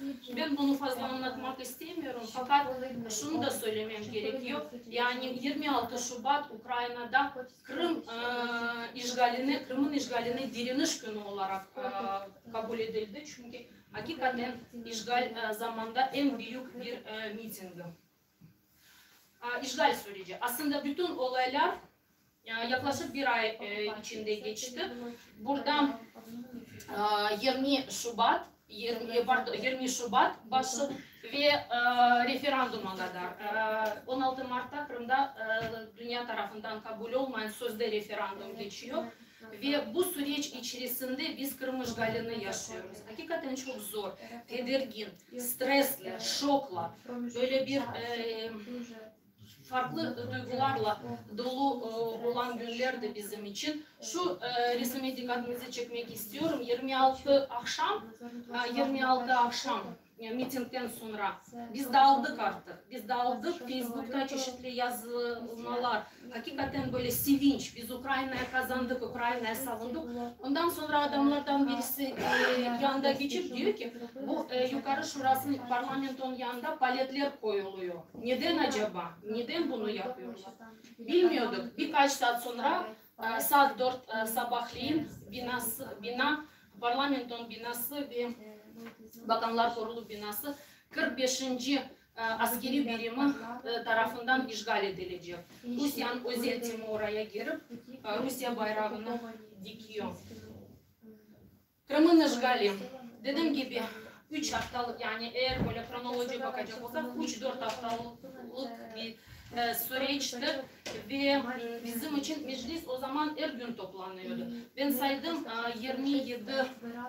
27 Şubat'tan 16 Mart'a kadar biz toplam 16 sefer toplandık meclis binasında. O zaman Marakan'ın yanında toplanıyordu. Daha doğrusu Marakan'ın binasındaydı. Oranın sahibi bize izin verdi orada toplanmaya. Hemen her gün görüşüyorduk. Ve o zaman bize meclise farklı bilgiler, çeşitli böyle malumatlar geliyordu. Mesela bunlar kim? Bunlar Sama Barona, Kırım Sama Baronası. O zaman Kırım çeşitli paramiliter güçlerle toplandı. Çeçenler, Kazaklar, Serbski Çetniki, bir sürü insanlar. Bizim Kırım Tatarlar hakikaten korku içindeydiler. Çok iyi hatırlıyorum, siz de hatırlarsınız, Kırım'ın toplu yaşadığı sitelerde nöbet tutuluyordu. Akşamleyin insanlar çıkıp varilyalarda ateş yakıyorlardı ve bakıyorlardı kim geçiyor, yabancı birisi var mı? Neden? Çünkü ortaya böyle bir bilgi atıldı, bir provokasyon yapılacak, birkaç aile öldürülecek ve ondan sonra askeri saldırı olacak. Bunu yapmak isteyen güya Sama Barona dolayısıyla çok tedbirli olmak zorunda kaldı. Bu Çongar'da ilk böyle bir kordon Ruslar tarafından oluşturulan bir kordondur.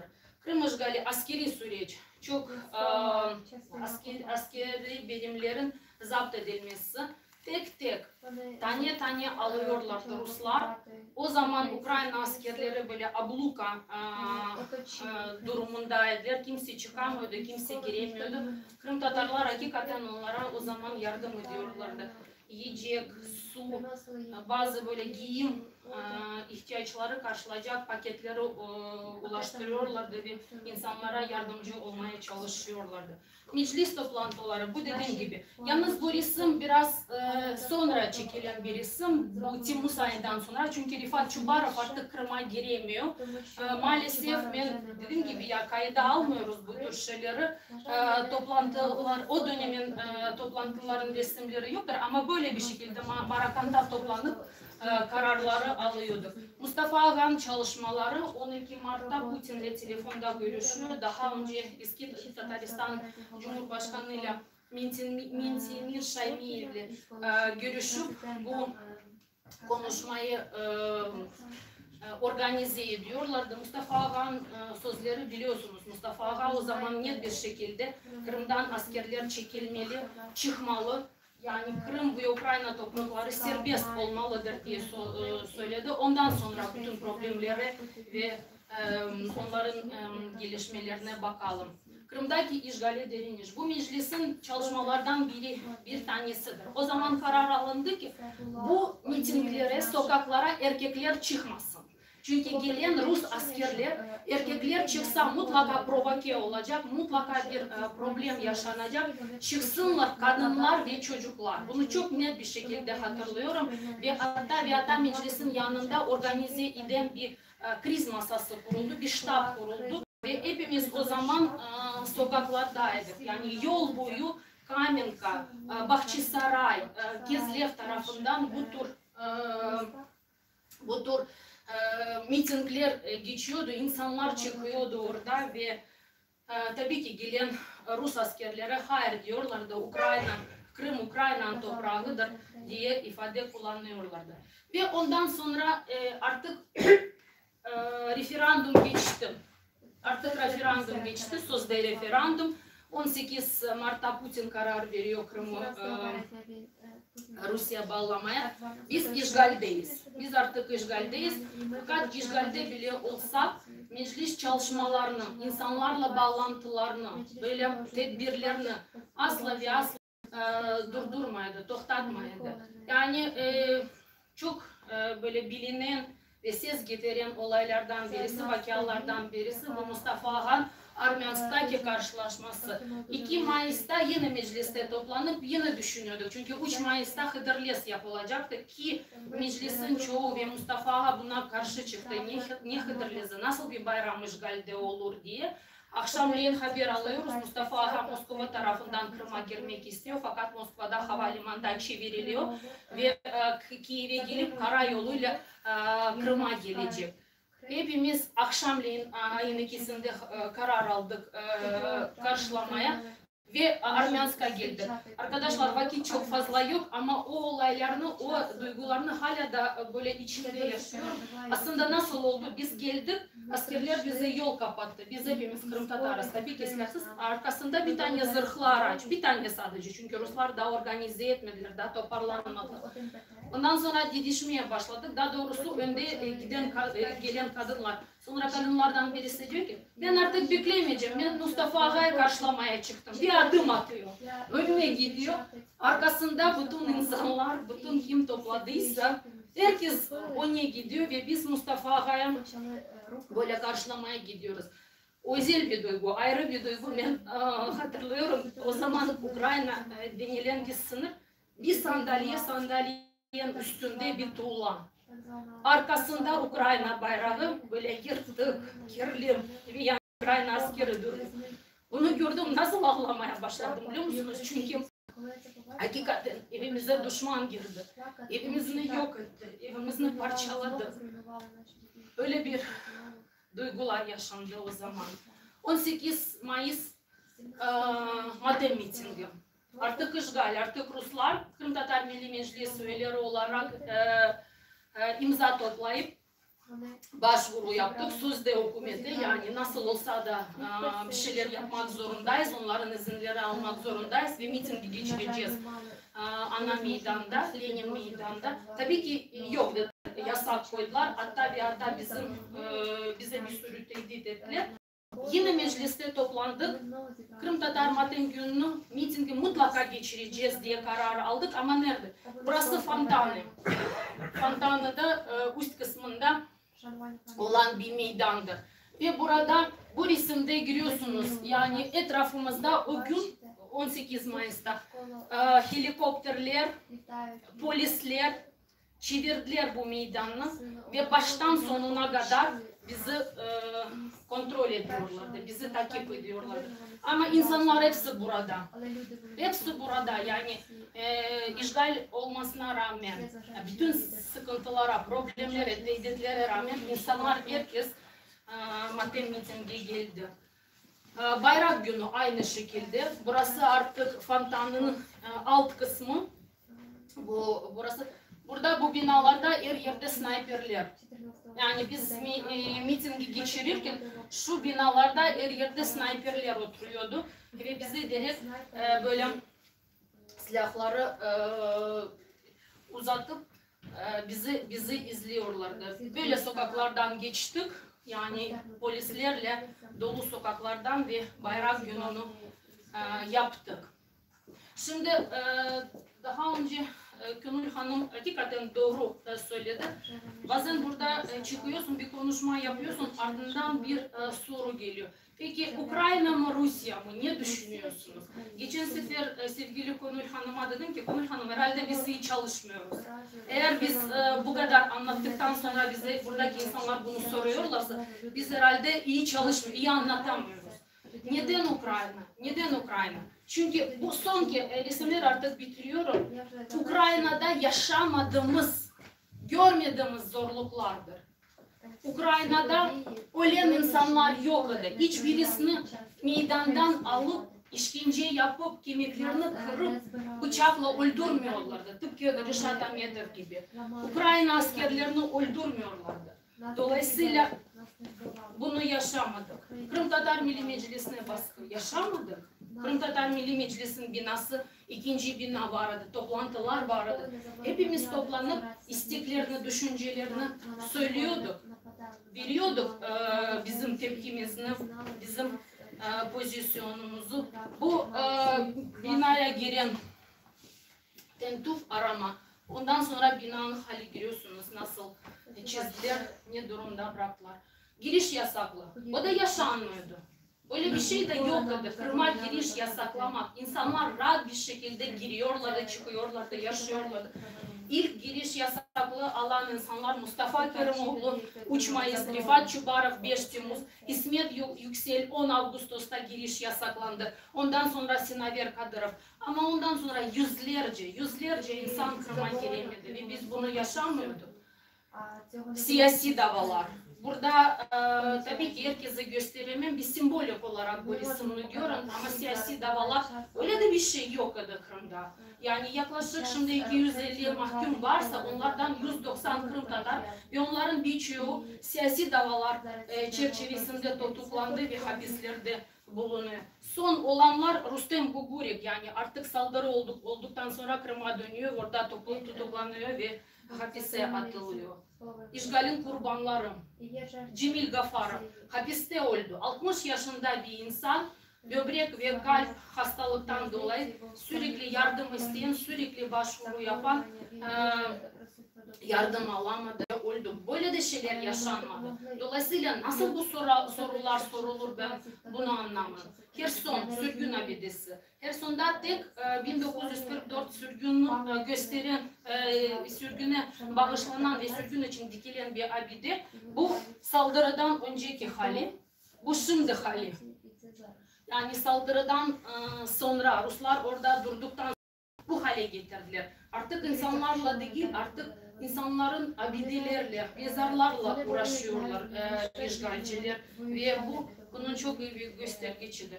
Ve hepimizin kanayan bir yaradır, Han Saray. Nedense desin, nasıl olsa olsun bu hale bu kadar bu duruma, bunu işgalciler getirdiler. Bazı ekspertlere göre biz artık Han Sarayı kaybettik.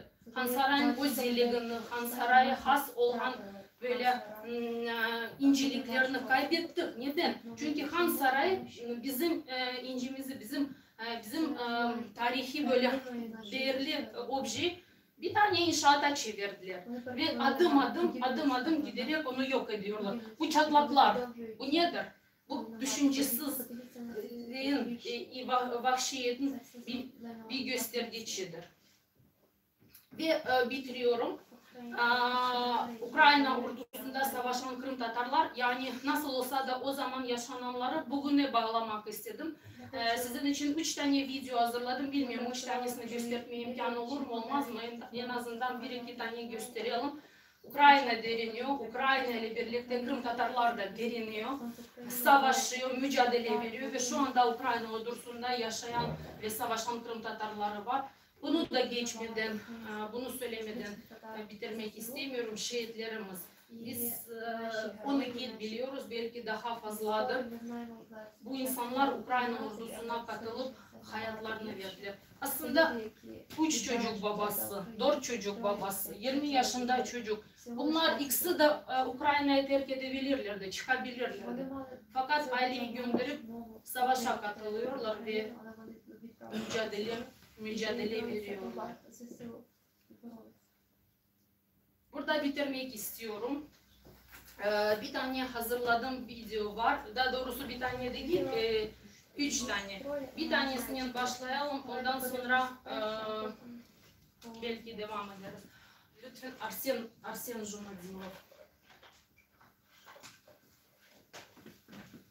Şimdi izah edeyim. Arsen Jumadilov bir Kırım Tatarı.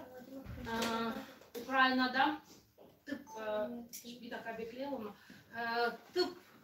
Tıp sorunlardan sorumlu olan birisi, devlette çalışıyor, devlet memuru. Saldırı 24 Şubat 2022 saldırı tam başlamadan evi ailesini çıkartıyor Ukrayna'dan. Kendisi dönüyor ve askeri olarak faaliyete devam ediyor. Bunu canlı olarak yapmak istedik, bağlanmak istedik. Fakat bir askerdir, yani zamanı olmaz, imkanı olmaz. Daha önce Zoom üzerinde hazırladığım bir konuşma, kısa bir konuşma. Şöyle düşünün, o bize bağlandı ve biz ona soru soruyoruz. Böyle lütfen kabul edin. Arsen Bey, selamünaleyküm. Mevzumuz Kırım'ın işgali 9 yıllığı, aynı zamanda Rusya'nın Ukrayna'ya tam saldırının 1 yıllığıdır. 2014 senesindeki Kırım işgali sizin için nasıl başladı? Her bir Kırımlılar için nasıl başlagan olsa, benim için de öyle başladı. Afansızdan başladı. Bizler bilesiz, fevral 26'sında biz çıktık meydanlarına öz sesimizni o vakit bildirdik. Biz Ukrayna içinde kalacağımız diye ve endi Kırımlılar bu nasıl da olsa, bu toprakta nasıl da olsa sahip çıkacaklar. Çünkü inkılaptan sonra Ukrayna'da biz anladık. Ukrayna yavaş yavaş ama Avrupa'ya entegre olacak, koşulacak. Onun için bizim haklarımızın da kısmet olsa gayriban ilerlerdi. Böyle umutumuz var idi ve biz o vakit Rusya'dan kelgen provokatorlarga biz öyle birliydik. O asker kulübünün provokatorlar. Yol ne vermeyeceğimiz deyip o vakit çıktık meydana. Ama ondan son fevral 27'si biz başladık.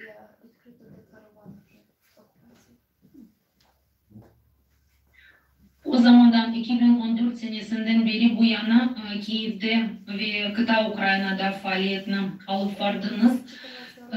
Nasıl işlerinin meşguldünüz ve Kırım'ın deokupasiyası için ne yapaydınız? Faaliyetiniz nasıldı? İşte elimizden ne gelirse onu yapaydık. İlk öyle bir Kırımlılar olarak bütün bu faaliyetlerini yapaydım. Kayda olsam da işte ben bir zaman administrasiya prezidentinde çalışaydım. Ondan sonra Одесса bölgesinde anda bir kaymakamlık bilet oğa başlık yapan edim. Ondan sonra Anayasa Konstitusyon yani komisyonu çalışaydı başkan yanında iştirak edeydim ve sonki hemen 4 yıl olacak. Sonki vaktları Ukrayna'nın satın alma, Türkiye satın alma ürünleri şirketi, devlet şirketi, oğa başlık yapan bir vazifemde bir katkı koşkandayım olan en azından oğa yaşanam ki bir taraftan Ukrayna devleti daha da güçlü,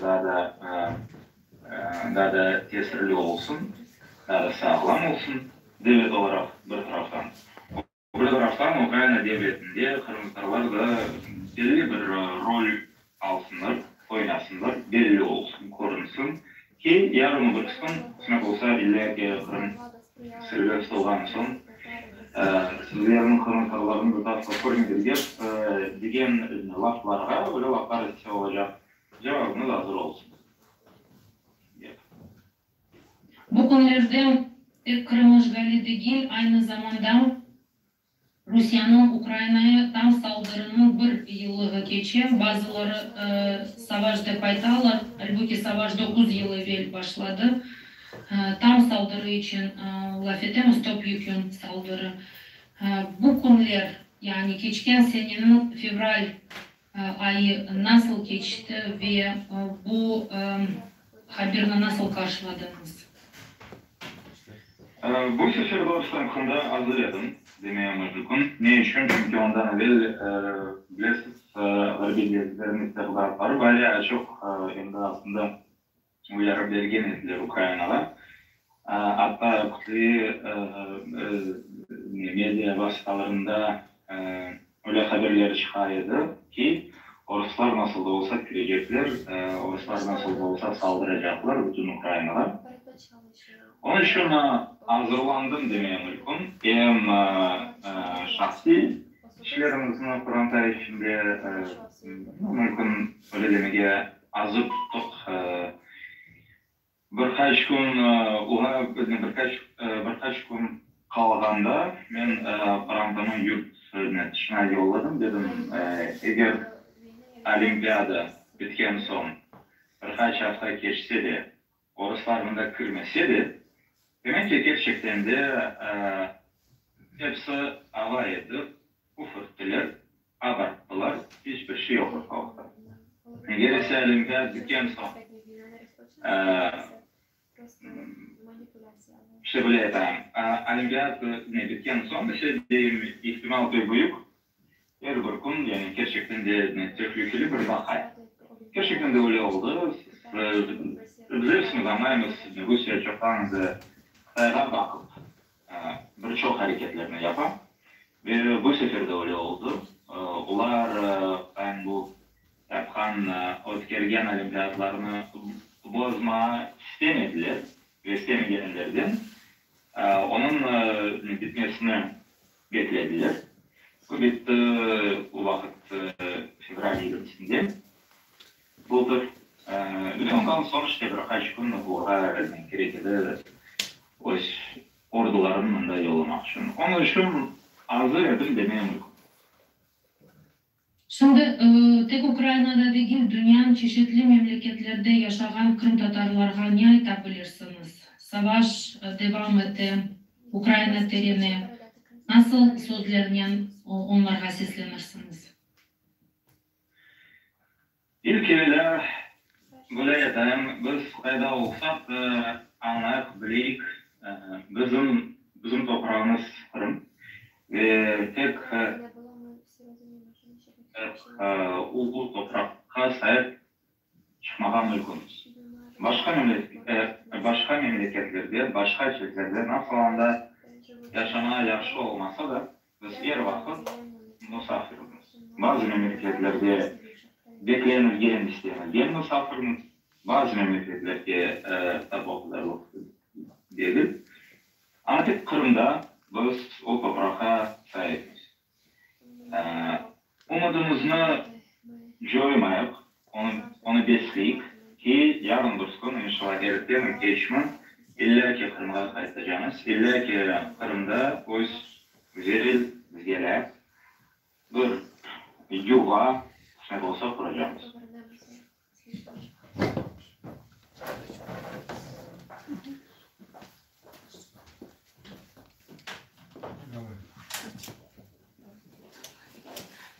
Bunun gibi Arsen Jumadilov, bunun gibi da birkaç tane interview var ama ben burada sözümü istiyorum. Yani umarım eğer o zaman yaşadığımız duyguları, yaşadığımız duyguları eğer az bir şey paylaşsam ne güzel bize. Yani biz çalışmalarımıza, mücadelemize devam ediyoruz. Çok sağ olun.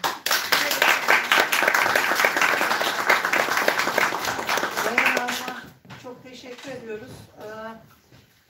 Aslında her iki arkadaşımızın da anlatacağı çok daha fazla şey var ama süre uzadıkça uzuyor. Dayana Hanım pek çok röportaj hazırlamıştı. Bu arada Gönül Hanım bazı röportajlar hazırlayıp sizlerle paylaşmak istedi. Ancak bu röportajlarda şöyle bir çekincemiz oldu açıkçası. Özellikle Kırım'ın içindekiler için. Biz o röportajları çekeceğiz, burada yayınlayacağız ama o insanlar orada yaşamaya devam ediyorlar. Hayatlarını zorlaştırmak istemedik arkadaşlarımızın. Sadece onların yapmış oldukları röportajları kendileri burada sözlü olarak sizinle paylaştılar. Gayana Hanım askerlerle, bu savaştaki askerlerle röportaj yaptı. Bunun gibi başka röportajlar da var.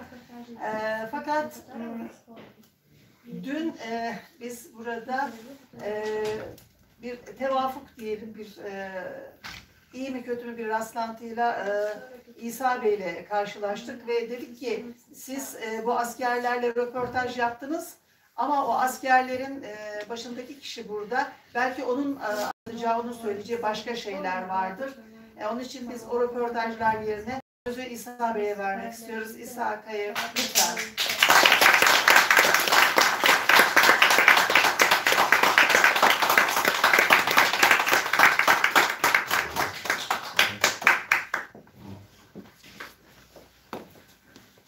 Kendisi yaralı olduğu için Türkiye'deydi. Lütfen. Selamünaleyküm.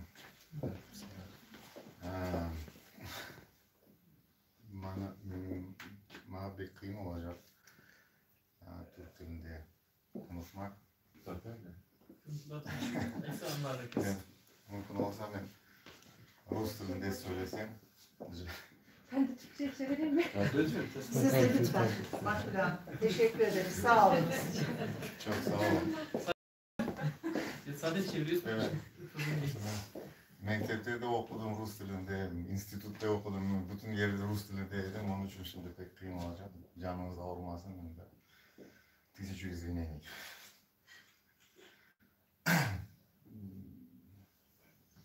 Просто не знаю, о чем говорить. Nereden başlayacağımı bilmiyorum. Может, какие-то вопросы есть? О себе расскажите, да? О том, как... Я обычный крымский татарин, как все. Sıradan bir Kırım Tatarı. Не только для крымских, даже для украинцев вы уже герой. Поэтому расскажите, как оно все было? Таких, как я, героев очень много, слава богу. Kahraman olan çok fazla kişi var Ukrayna'da. А если... Слава богу, что их так много. Если бы их так много не было, мы бы не удержали. Allah'a şükür Ukrayna'nın çok fazla kahramanı var ve onların sayesinde de Ukrayna direnmeye devam ediyor. Поэтому... Что можете рассказать о батальоне, о том, как... Ну, батальон, вот, в принципе, то, что нам показывали. Рождение батальона начиналось от того, что мы хотели сопротивляться. Мы думали сопротивляться в Крыму. Мы не нашли тогда понимания у силовиков того времени в Украине. Но потом, когда начался вот этот процесс оккупации Донбасса, в это время, милостью Всевышнего, мы смогли найти человека, который нас понял, который нас услышал, который нас поддержал. Это Гордичук Игорь Владимирович, генерал-майор, герой Украины. Да. Kırım Ukrayna'da Tatar taburu oluşturma fikri aslında bizim direniş arzumuzla başladı ve Kırım ilk işgal edilmeye başladığında direnişimizin sembolü olarak bir birliktelik oluşturduk ve bizim aklımızda olan ilk şey direnişimizi Kırım'da gerçekleştirmekti. O zamanlar bu işgal ordusunun kapsamına dair net bir fikrimiz yoktu ama inancımız ve arzumuz vardı. Ve çok şükür ki bizi dinleyen ve bize inanan ilgili kişileri de bulduk. Я познакомился с Гордейчуком, на тот момент был начальником разведки в АТО. Вот. И я ему рассказал концепцию создания подразделения национального с точки зрения, вот, ну, как я это вижу. И объяснил, что было бы очень хорошо, если можно было бы всех мусульман, помимо крымских татар, собрать в это подразделение. Как у нас есть определенные религиозные обязательства, там есть понятие халяль-харам, нам было бы это все проще делать. O zamanlar şanslıydık. General Gordichuk ile tanıştık. Kendisi o dönemde biz konuştuğumuzda Ukrayna istihbaratının doğudaki askeri operasyonlarından sorumlu kişisiydi. Ve ona gösterdiğimiz talep sadece Kırım Tatarlarını değil, Ukrayna'daki bütün Müslümanları birleştiren bir taburun oluşturulmasıydı ki çünkü biliyorsunuz biz Müslümanız, hani helal haram ayrımı var yiyeceğimizde, yapacaklarımızda. O yüzden bizim bir arada olmamız işimizi kolaylaştırırdı. Он с пониманием к этому отнесся, потому что он обучался там в Британии, обучался в Штатах, он получал образование как военный. И сказал, что вот, в подразделениях западных стран есть понимание этого и есть какой-то опыт большой в этом вопросе. Было бы неплохо этот опыт внедрить в вооруженных силах Украины. Kendisi bu talebimizi büyük bir anlayışla karşıladı. Çünkü askeri eğitimini ABD'de, Avrupa'da almış ve Batı'da zaten böyle bir pratiğin mevcutta var olduğunu, bunu Ukrayna Silahlı Kuvvetleri'ne de uygulamanın güzel bir fikir olduğunu söyledi. İşte Kırım taburu böyle kuruldu. Начали собирать людей. Вот. Первая наша боевая как-то это было штурм и удержание Саур-Могилы. Ну, мы не одни были, там были другие подразделения ЗСУ. Была 25-я бригада десантно-штурмовая. Там другие были еще подразделения, просто сейчас номеров их не помню. Вот, мы вместе штурмовали, вместе удерживали эту высоту. Вот. Это была как бы наша первая боевая операция. Taburumuz kurulduktan sonra ilk görevimiz Savur-Mohila üssünün savunması oldu ve biz burada farklı Ukrayna birlikleriyle omuz omuza görevimizi yerine getirdik. После этого наш,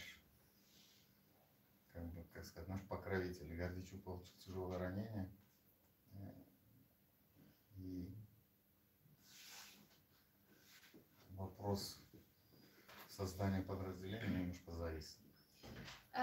Bu operasyondan sonra bizim en büyük destekçimiz olan General Gordichuk ağır yaralandı ve bizim taburun resmileşme süreci de maalesef biraz sekteye uğramış oldu. Ну, потом как бы немножко боевые действия пошли на спад, и вот началась такая позиционная война на Донбассе. И вопрос о создании подразделения, он как бы завис в воздухе надолго. Sonrasında çatışmaların yoğunluğu azalınca ve böyle pozisyon korumalarına, savunmasına geçilince böyle bir tabura ihtiyaç olup olmadığı veya sürecin nasıl işleyeceği hani ciddi ölçüde yine tekrardan bir sekteye uğramış oldu. Но когда, скажем так, ну, в подразделениях, допустим, вооруженных сил Украины у нас остались хорошие связи. Мы всегда поддерживали хорошие взаимоотношения с нашими боевыми товарищами, которые служили в Главном управлении разведки Украины. Вот. И когда уже было понятно, что война уже как бы неизбежна, это буквально оставалось, это где-то был октябрь-ноябрь месяц, наверное, плюс-минус. Со мной связались, сказали, собирай своих ребят, надо потихонечку проводить боевое излагоджение и готовиться, ну, война, скорее всего, неизбежна. Bütün bu süreçten sonra biz Ukrayna istihbaratıyla ve Ukrayna Silahlı Kuvvetleri birlikleriyle olan iletişimimizi hiçbir zaman koparmadık.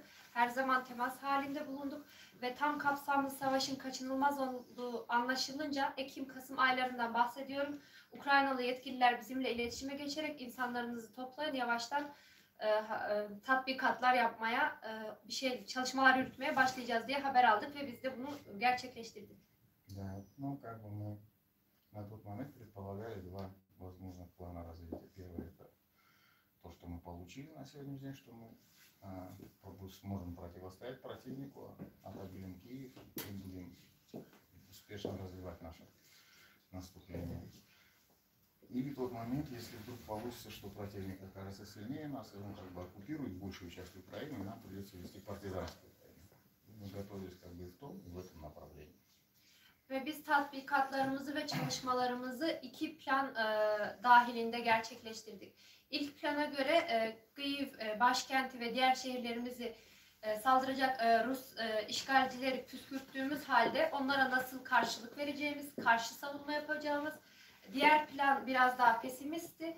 Rusların bizden daha güçlü gelmesi, yani başkenti ve diğer şehirleri ele geçirmesi durumunda da bulunduğumuz yerlerde partizan savaşı vermeye de hazırlık yaptık biz. Ну, среди нас никто не сомневался в нашей победе.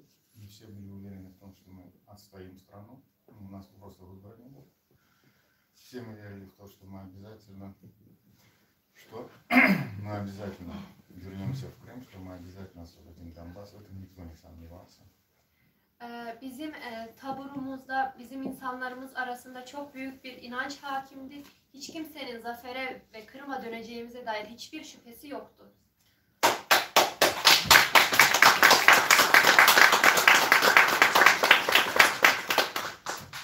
Bir şey soracağım. Sizin 2014'ten beri savaştığınızı biliyorum. Türkiye'nin bu yardımı oldu mu? Tabur kurulurken. Была ли оказана какая-либо помощь со стороны Турции по поводу, когда вы только начинали батальон, строить этот батальон? Ну, в смысле, какая помощь? Biraz daha spesifikleştirebilir misiniz soruyu? Soru İstihbarat cevapları daha sonra. Bir saniye. İzninizle soru cevapları daha sonra yapacağız. Çünkü Sayın Büyükelçi sabırla bekliyor programın sonunu. Sayın Büyükelçinin konuşması. Bunlar biraz da hassas sorular.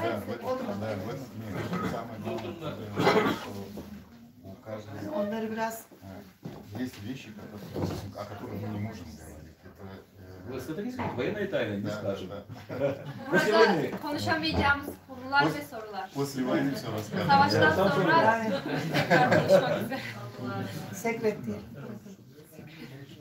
Ну, это тоже самое спросить, сколько байрактаров поставили. Никто же скажет. Kaç tane bayraktar verildiğini de sormak yersizdir mesela. Çünkü savaşta devam eden kimse cevabını Onlar vermez. sorulmayacak şeyler. Doğru, да. То, что, допустим, говорят, это одно. То, что мы видим, это совершенно другое. Поэтому, ну, на сегодняшний день политика есть политика.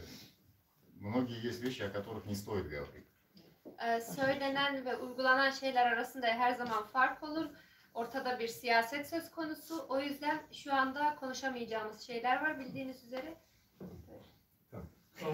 Savaş bittikten sonra analizi yapılır inşallah. Kırım'da yapacağız. Evet. İnşallah. Kırım olur. Teşekkür ediyoruz size.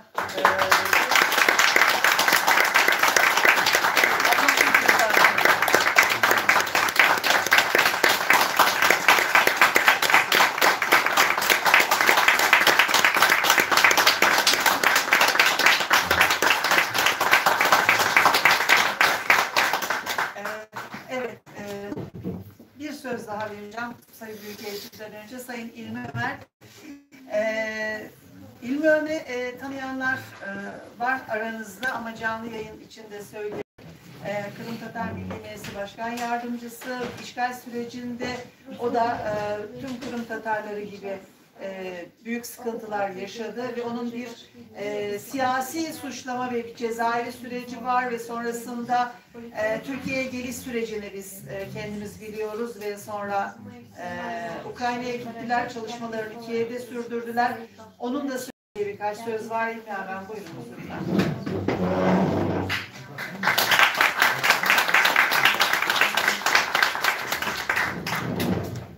Selamünaleyküm. Ben kendim hakkında söylemeyeceğim. Başka bir konu yapacağım. Asıl Kırım Tatarlarının temaları millet olarak çok önce başlandı. 14 senesinde ya 44 senesinde değil. 200 yıldan çok Ruslar bizden uğraşıyorlar. Yeryüzüne silmeye getirişiyorlar. Arada birkaç kere sürgün benzeyen çıkışlar oldu Kırım'da. Yüz binlerden insanlar Türkiye'de, Romanya'da, bilmem başka bir yerlerde yerleştiler. Sovyet Birliği inkılap neticesinde kurulan devlet Sovyet Birliği. O da hepsinden uğraştı. Şu hesapta Kırım Tatarları da var. Kolektivizasyon, bilmem nasıl. 30 senelerin represiyaları. Bütün halkımızı belli insanların öldürdüler. Kalanında cenk vaktinde 44 senesi sürgünlükке yolladılar. Bu nokta dep sayıldı o zaman. Ama yaşayış gösterdi ki o nokta değil. Yaşayış bitmedi bundan. 50 yıldan son çaresini bulup dönüp başladık. 300 binge yakın Kırım Tatarı vatana döndü ve endi inkişaf yapmaya hazır olan vaktinde gene Ruslar gelip karıştı. İşgal oldu Kırım. 14 senesinden beri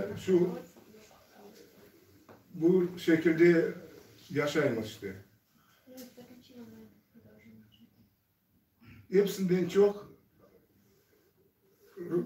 Ruslar, ya Rusya devleti işgal etken son kendi Kırım Tatarlarının uğraşıyorlar.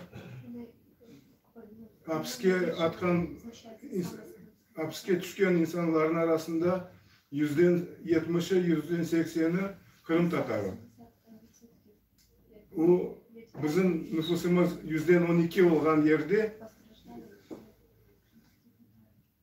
cezalananların arasında %80. Demek çok baladan fark var. Başka kısmının bizim. Bir şeylerge kaydetmek isteyeyim. Kırım'da birinci işgal olan bölgede kayınlar ne kadar çok olganını, bu askerler arasında, SBU hadimleri arasında, prokuratura hadimleri arasında, devlet işinde çalışanların arasında, aman aman hepsi desem yalan değil.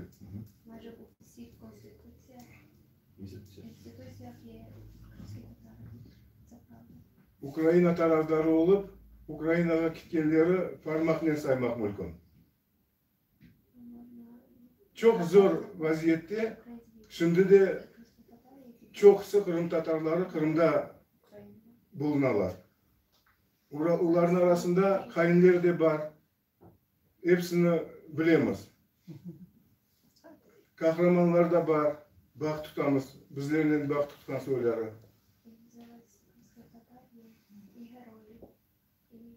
Yazıklar olsun. Diyeceklerimiz bir zamanda ne vakit sınırını tapıp olamayacağımız. kahramanlık biter ve kaynar başlar ya da tersine. O zamanlar gelecek daha.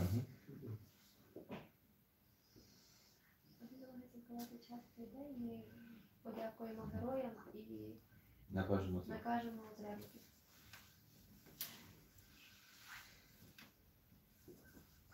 Neden devam edeceğim tap olamayın.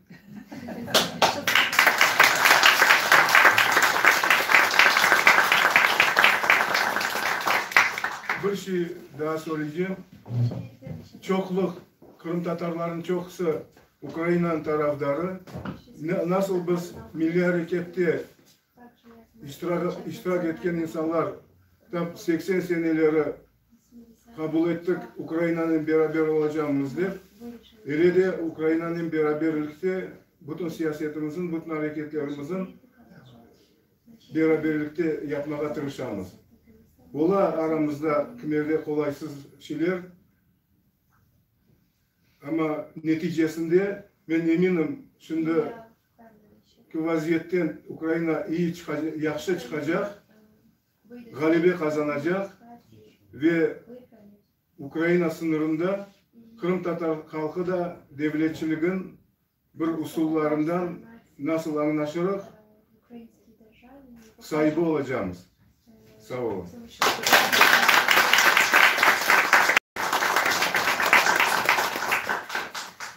Sayın Büyükelçim çok teşekkür ederim. Aslında bu programa başlamadan önce yani bu toplantı başlamadan kendilerine sordum dedim önce mi konuşmak istersiniz yoksa bütün konuşmaları dinledikten sonra bir sonunda gözlemlerinizi, duygularınızı, analizlerinizi mi paylaşmak istersiniz? Sabırla bizi dinledi ve Sayın Büyükelçim şimdi biz sizin duygularınızı almak istiyoruz.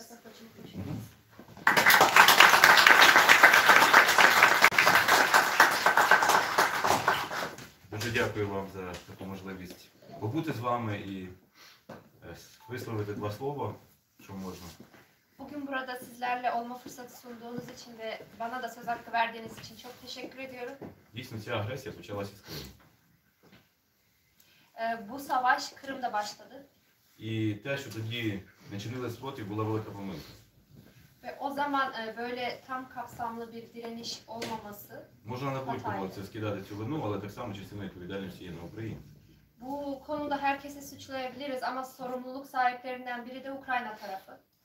Думаючи про те, щоб зберегти мир, ми отримали в кінці і втрату території, і війну.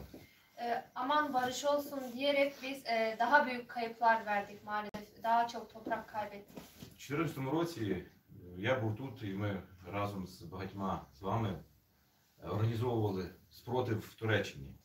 2014 yılında buradaki birçok kişiyle beraber Türkiye'de bir direniş organize etmeye çalıştık. Але історія показала, що без бойового підрозділу, без сили нічого не буде. Ancak tarih bize şunu gösterdi, askeri kabiliyetiniz, gücünüz olmadığı sürece bir şey yapamıyorsunuz. Те, що 26-го відбувся спротив, 27-го, тоді ще 14-го року, це також показував, що був потенціал для того спротиву. Ve 26-27 Şubat'ta Kırım'da meydana gelen o direniş aslında işgale karşı toplu bir direnişin potansiyelinin olduğunu gösteriyor. І тоді саме кримські татари сказали «ні Росії». Ve o gün Rusya'ya hayır diyen Kırım Tatarlarıydı. Так, в той час говорити про зброю було, мабуть, важко, O günlerde silahtan konuşmak belki çok zordu. але для нас зрозуміло, що ворог у нас тепер один. Ama şu anda düşmanımızın tek bir ortak olduğunu anlıyoruz. Як він для нас був історично, просто ми про це не говорили вголос. Aslında o her zaman bizim tarihi olarak da düşmanımızdı ama bunu sesli bir şekilde hiçbir zaman dile getirmiyorduk. А давайте будемо чесними, що для Туреччини Росія також ворог. Şimdi dürüst olalım, Türkiye için de Rusya bir düşman konumunda. І це історія показує. Ve bu tarihi açıdan düşmanlık. І навіть сьогоднішня історія минулих років також показує. Ve daha geçtiğimiz senelere kadar da bunun örnekleri var. Кожен чинить спротив як може. Ми так само не хотіли воювати. Aslında herkes direnişini kendi yapabildiği gibi gösterir ve biz de Ukrayna olarak savaşmak istememiştik. І Росія поставила собі за мету не тільки знищити кримськотатарський народ, але й український.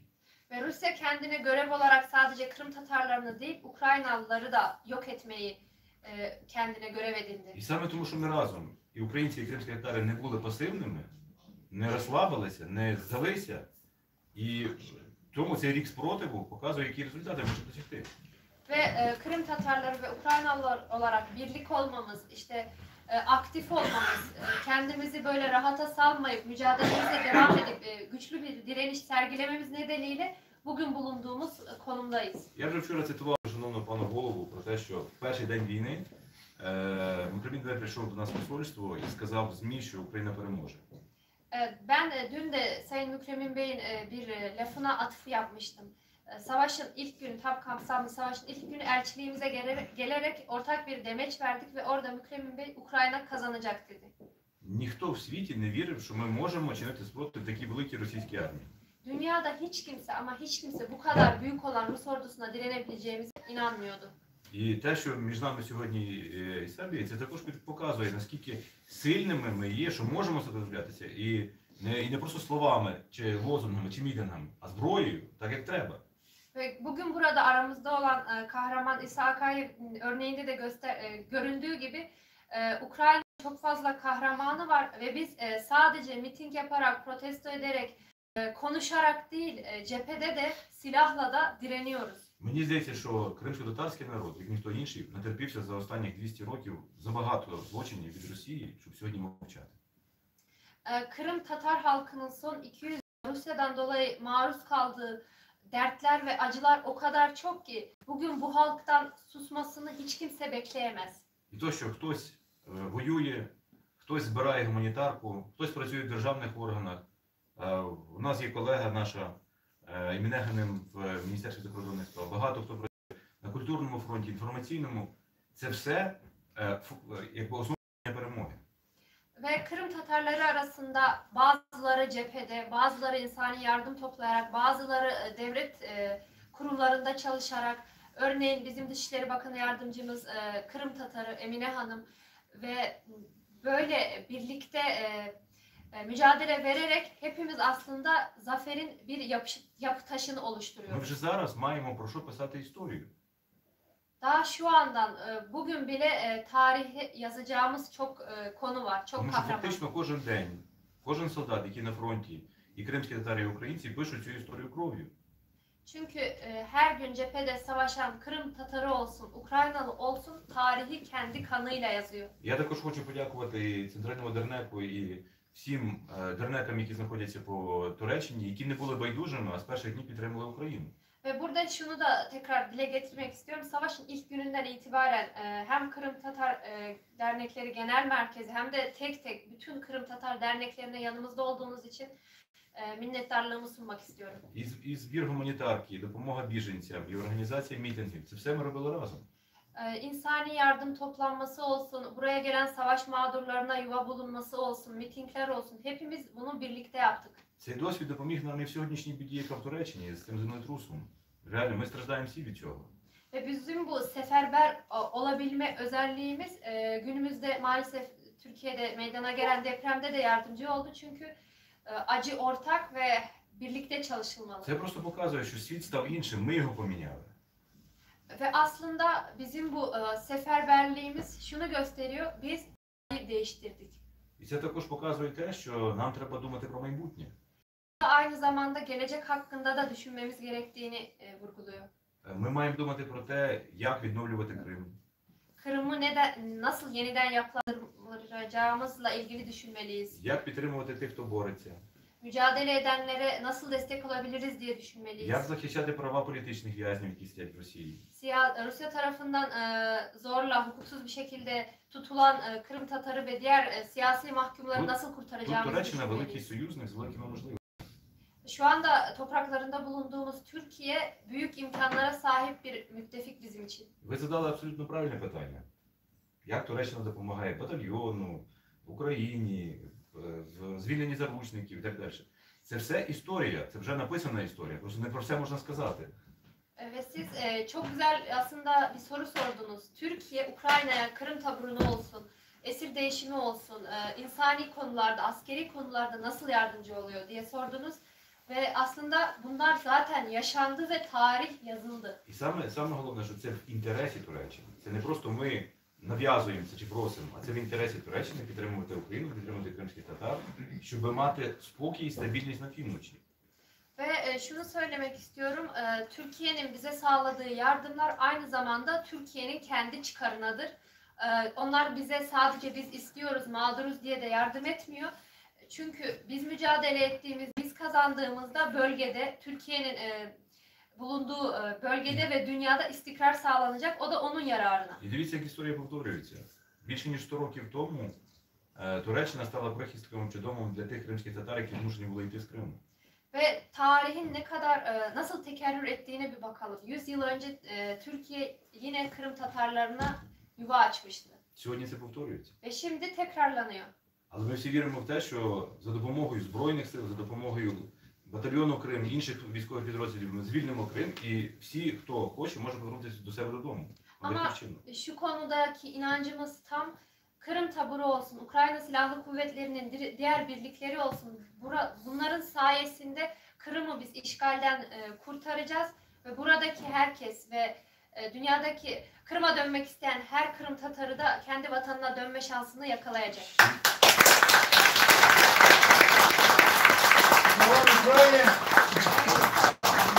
Але ми не можемо обмежитись тільки розмовами. Ama sadece konuşmalarla sınırlı kalmamalıyız. Важливі зараз дії. Önemli olan şu an davranışlar. От Іса скаже, що не можна було словами зупинити танки. İsa Bey bize çok iyi anlatabilir. Tankları cümlelerle durduramaz. Якщо б не палили русських під Києвом, вони вже були, мабуть, на кордоні з Польщею. Ve Ruslar Kiev'de durdurulmasaydı muhtemelen şu anda Polonya sınırlarındaydılar. Я знаю, що ви дуже багато робите і допомагаєте тим, хто виходить з Криму. Ve ben biliyorum siz Kırım'dan da çıkanlara çok fazla yardımcı oluyorsunuz, destek sağlıyorsunuz. Але ніколи немає меж досконалості. Ama mükemmelliğin sınırı olmaz. І ці двері до спільної роботи, вони відкриті. Ve bizim bu ortak çalışmalarımız sürekli geliştirilmeli ve devam ettirilmelidir. Ви знаєте, що посольство також відкриті двері, і всі питання від громадянських прав чи до справ, закінчуючи політикою, ми все готові вирішувати. Ve hepiniz biliyorsunuz bizim büyükelçiliğimizin kapıları sizlere her zaman açık. Vatandaşlık haklarından siyasi konulara kadar her konuda bize danışabilirsiniz, gelebilirsiniz. Дивіться, ми вже написали цю історію, але її треба ще написати правильно в книжці. Кантбей це знає, як робити.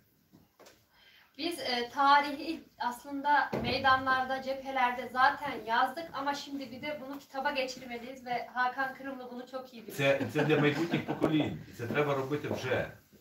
Ve bu aslında bizim için olduğu gibi gelecek nesiller için ve bu şu an başlamalıdır. Оцю роботу, яку ви проводите з збору просто розмов з бійцями, з звичайними жителями, які проживають, які переживають це, і окупацію, і війну, і все решта, це вже історія.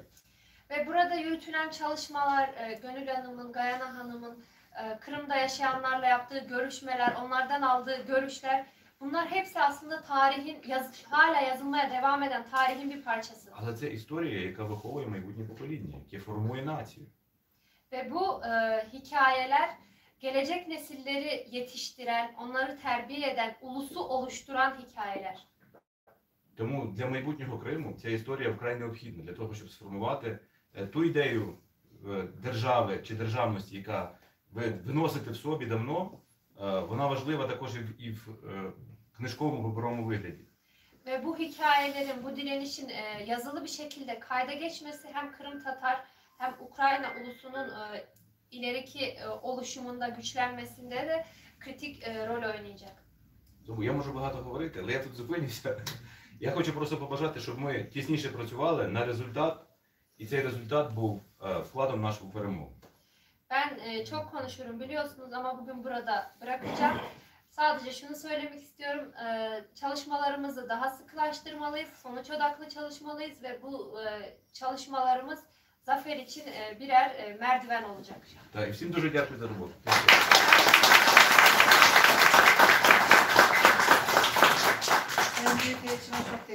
ediyoruz. Konuşmacılarımıza çok teşekkür ediyoruz. Gelip burada bizlerle birlikte olduğunuz için sizlere çok teşekkür ediyoruz. Sabrınız için çok teşekkür ediyoruz. Aslında söyleyecek çok söz var. Arkadaşlarım az önce beni uyardılar. Aslında dediler bizim bunu 2 oturum yapmamız lazımmış. Belki de 2 oturum değil, 2 koca gün burada oturup konuşmamız lazım ama belki o da yetmeyecek. Çünkü söyleyecek çok sözümüz var, anlatacak çok şeyimiz var. Ama inancımız bu yönde. Umuyoruz ki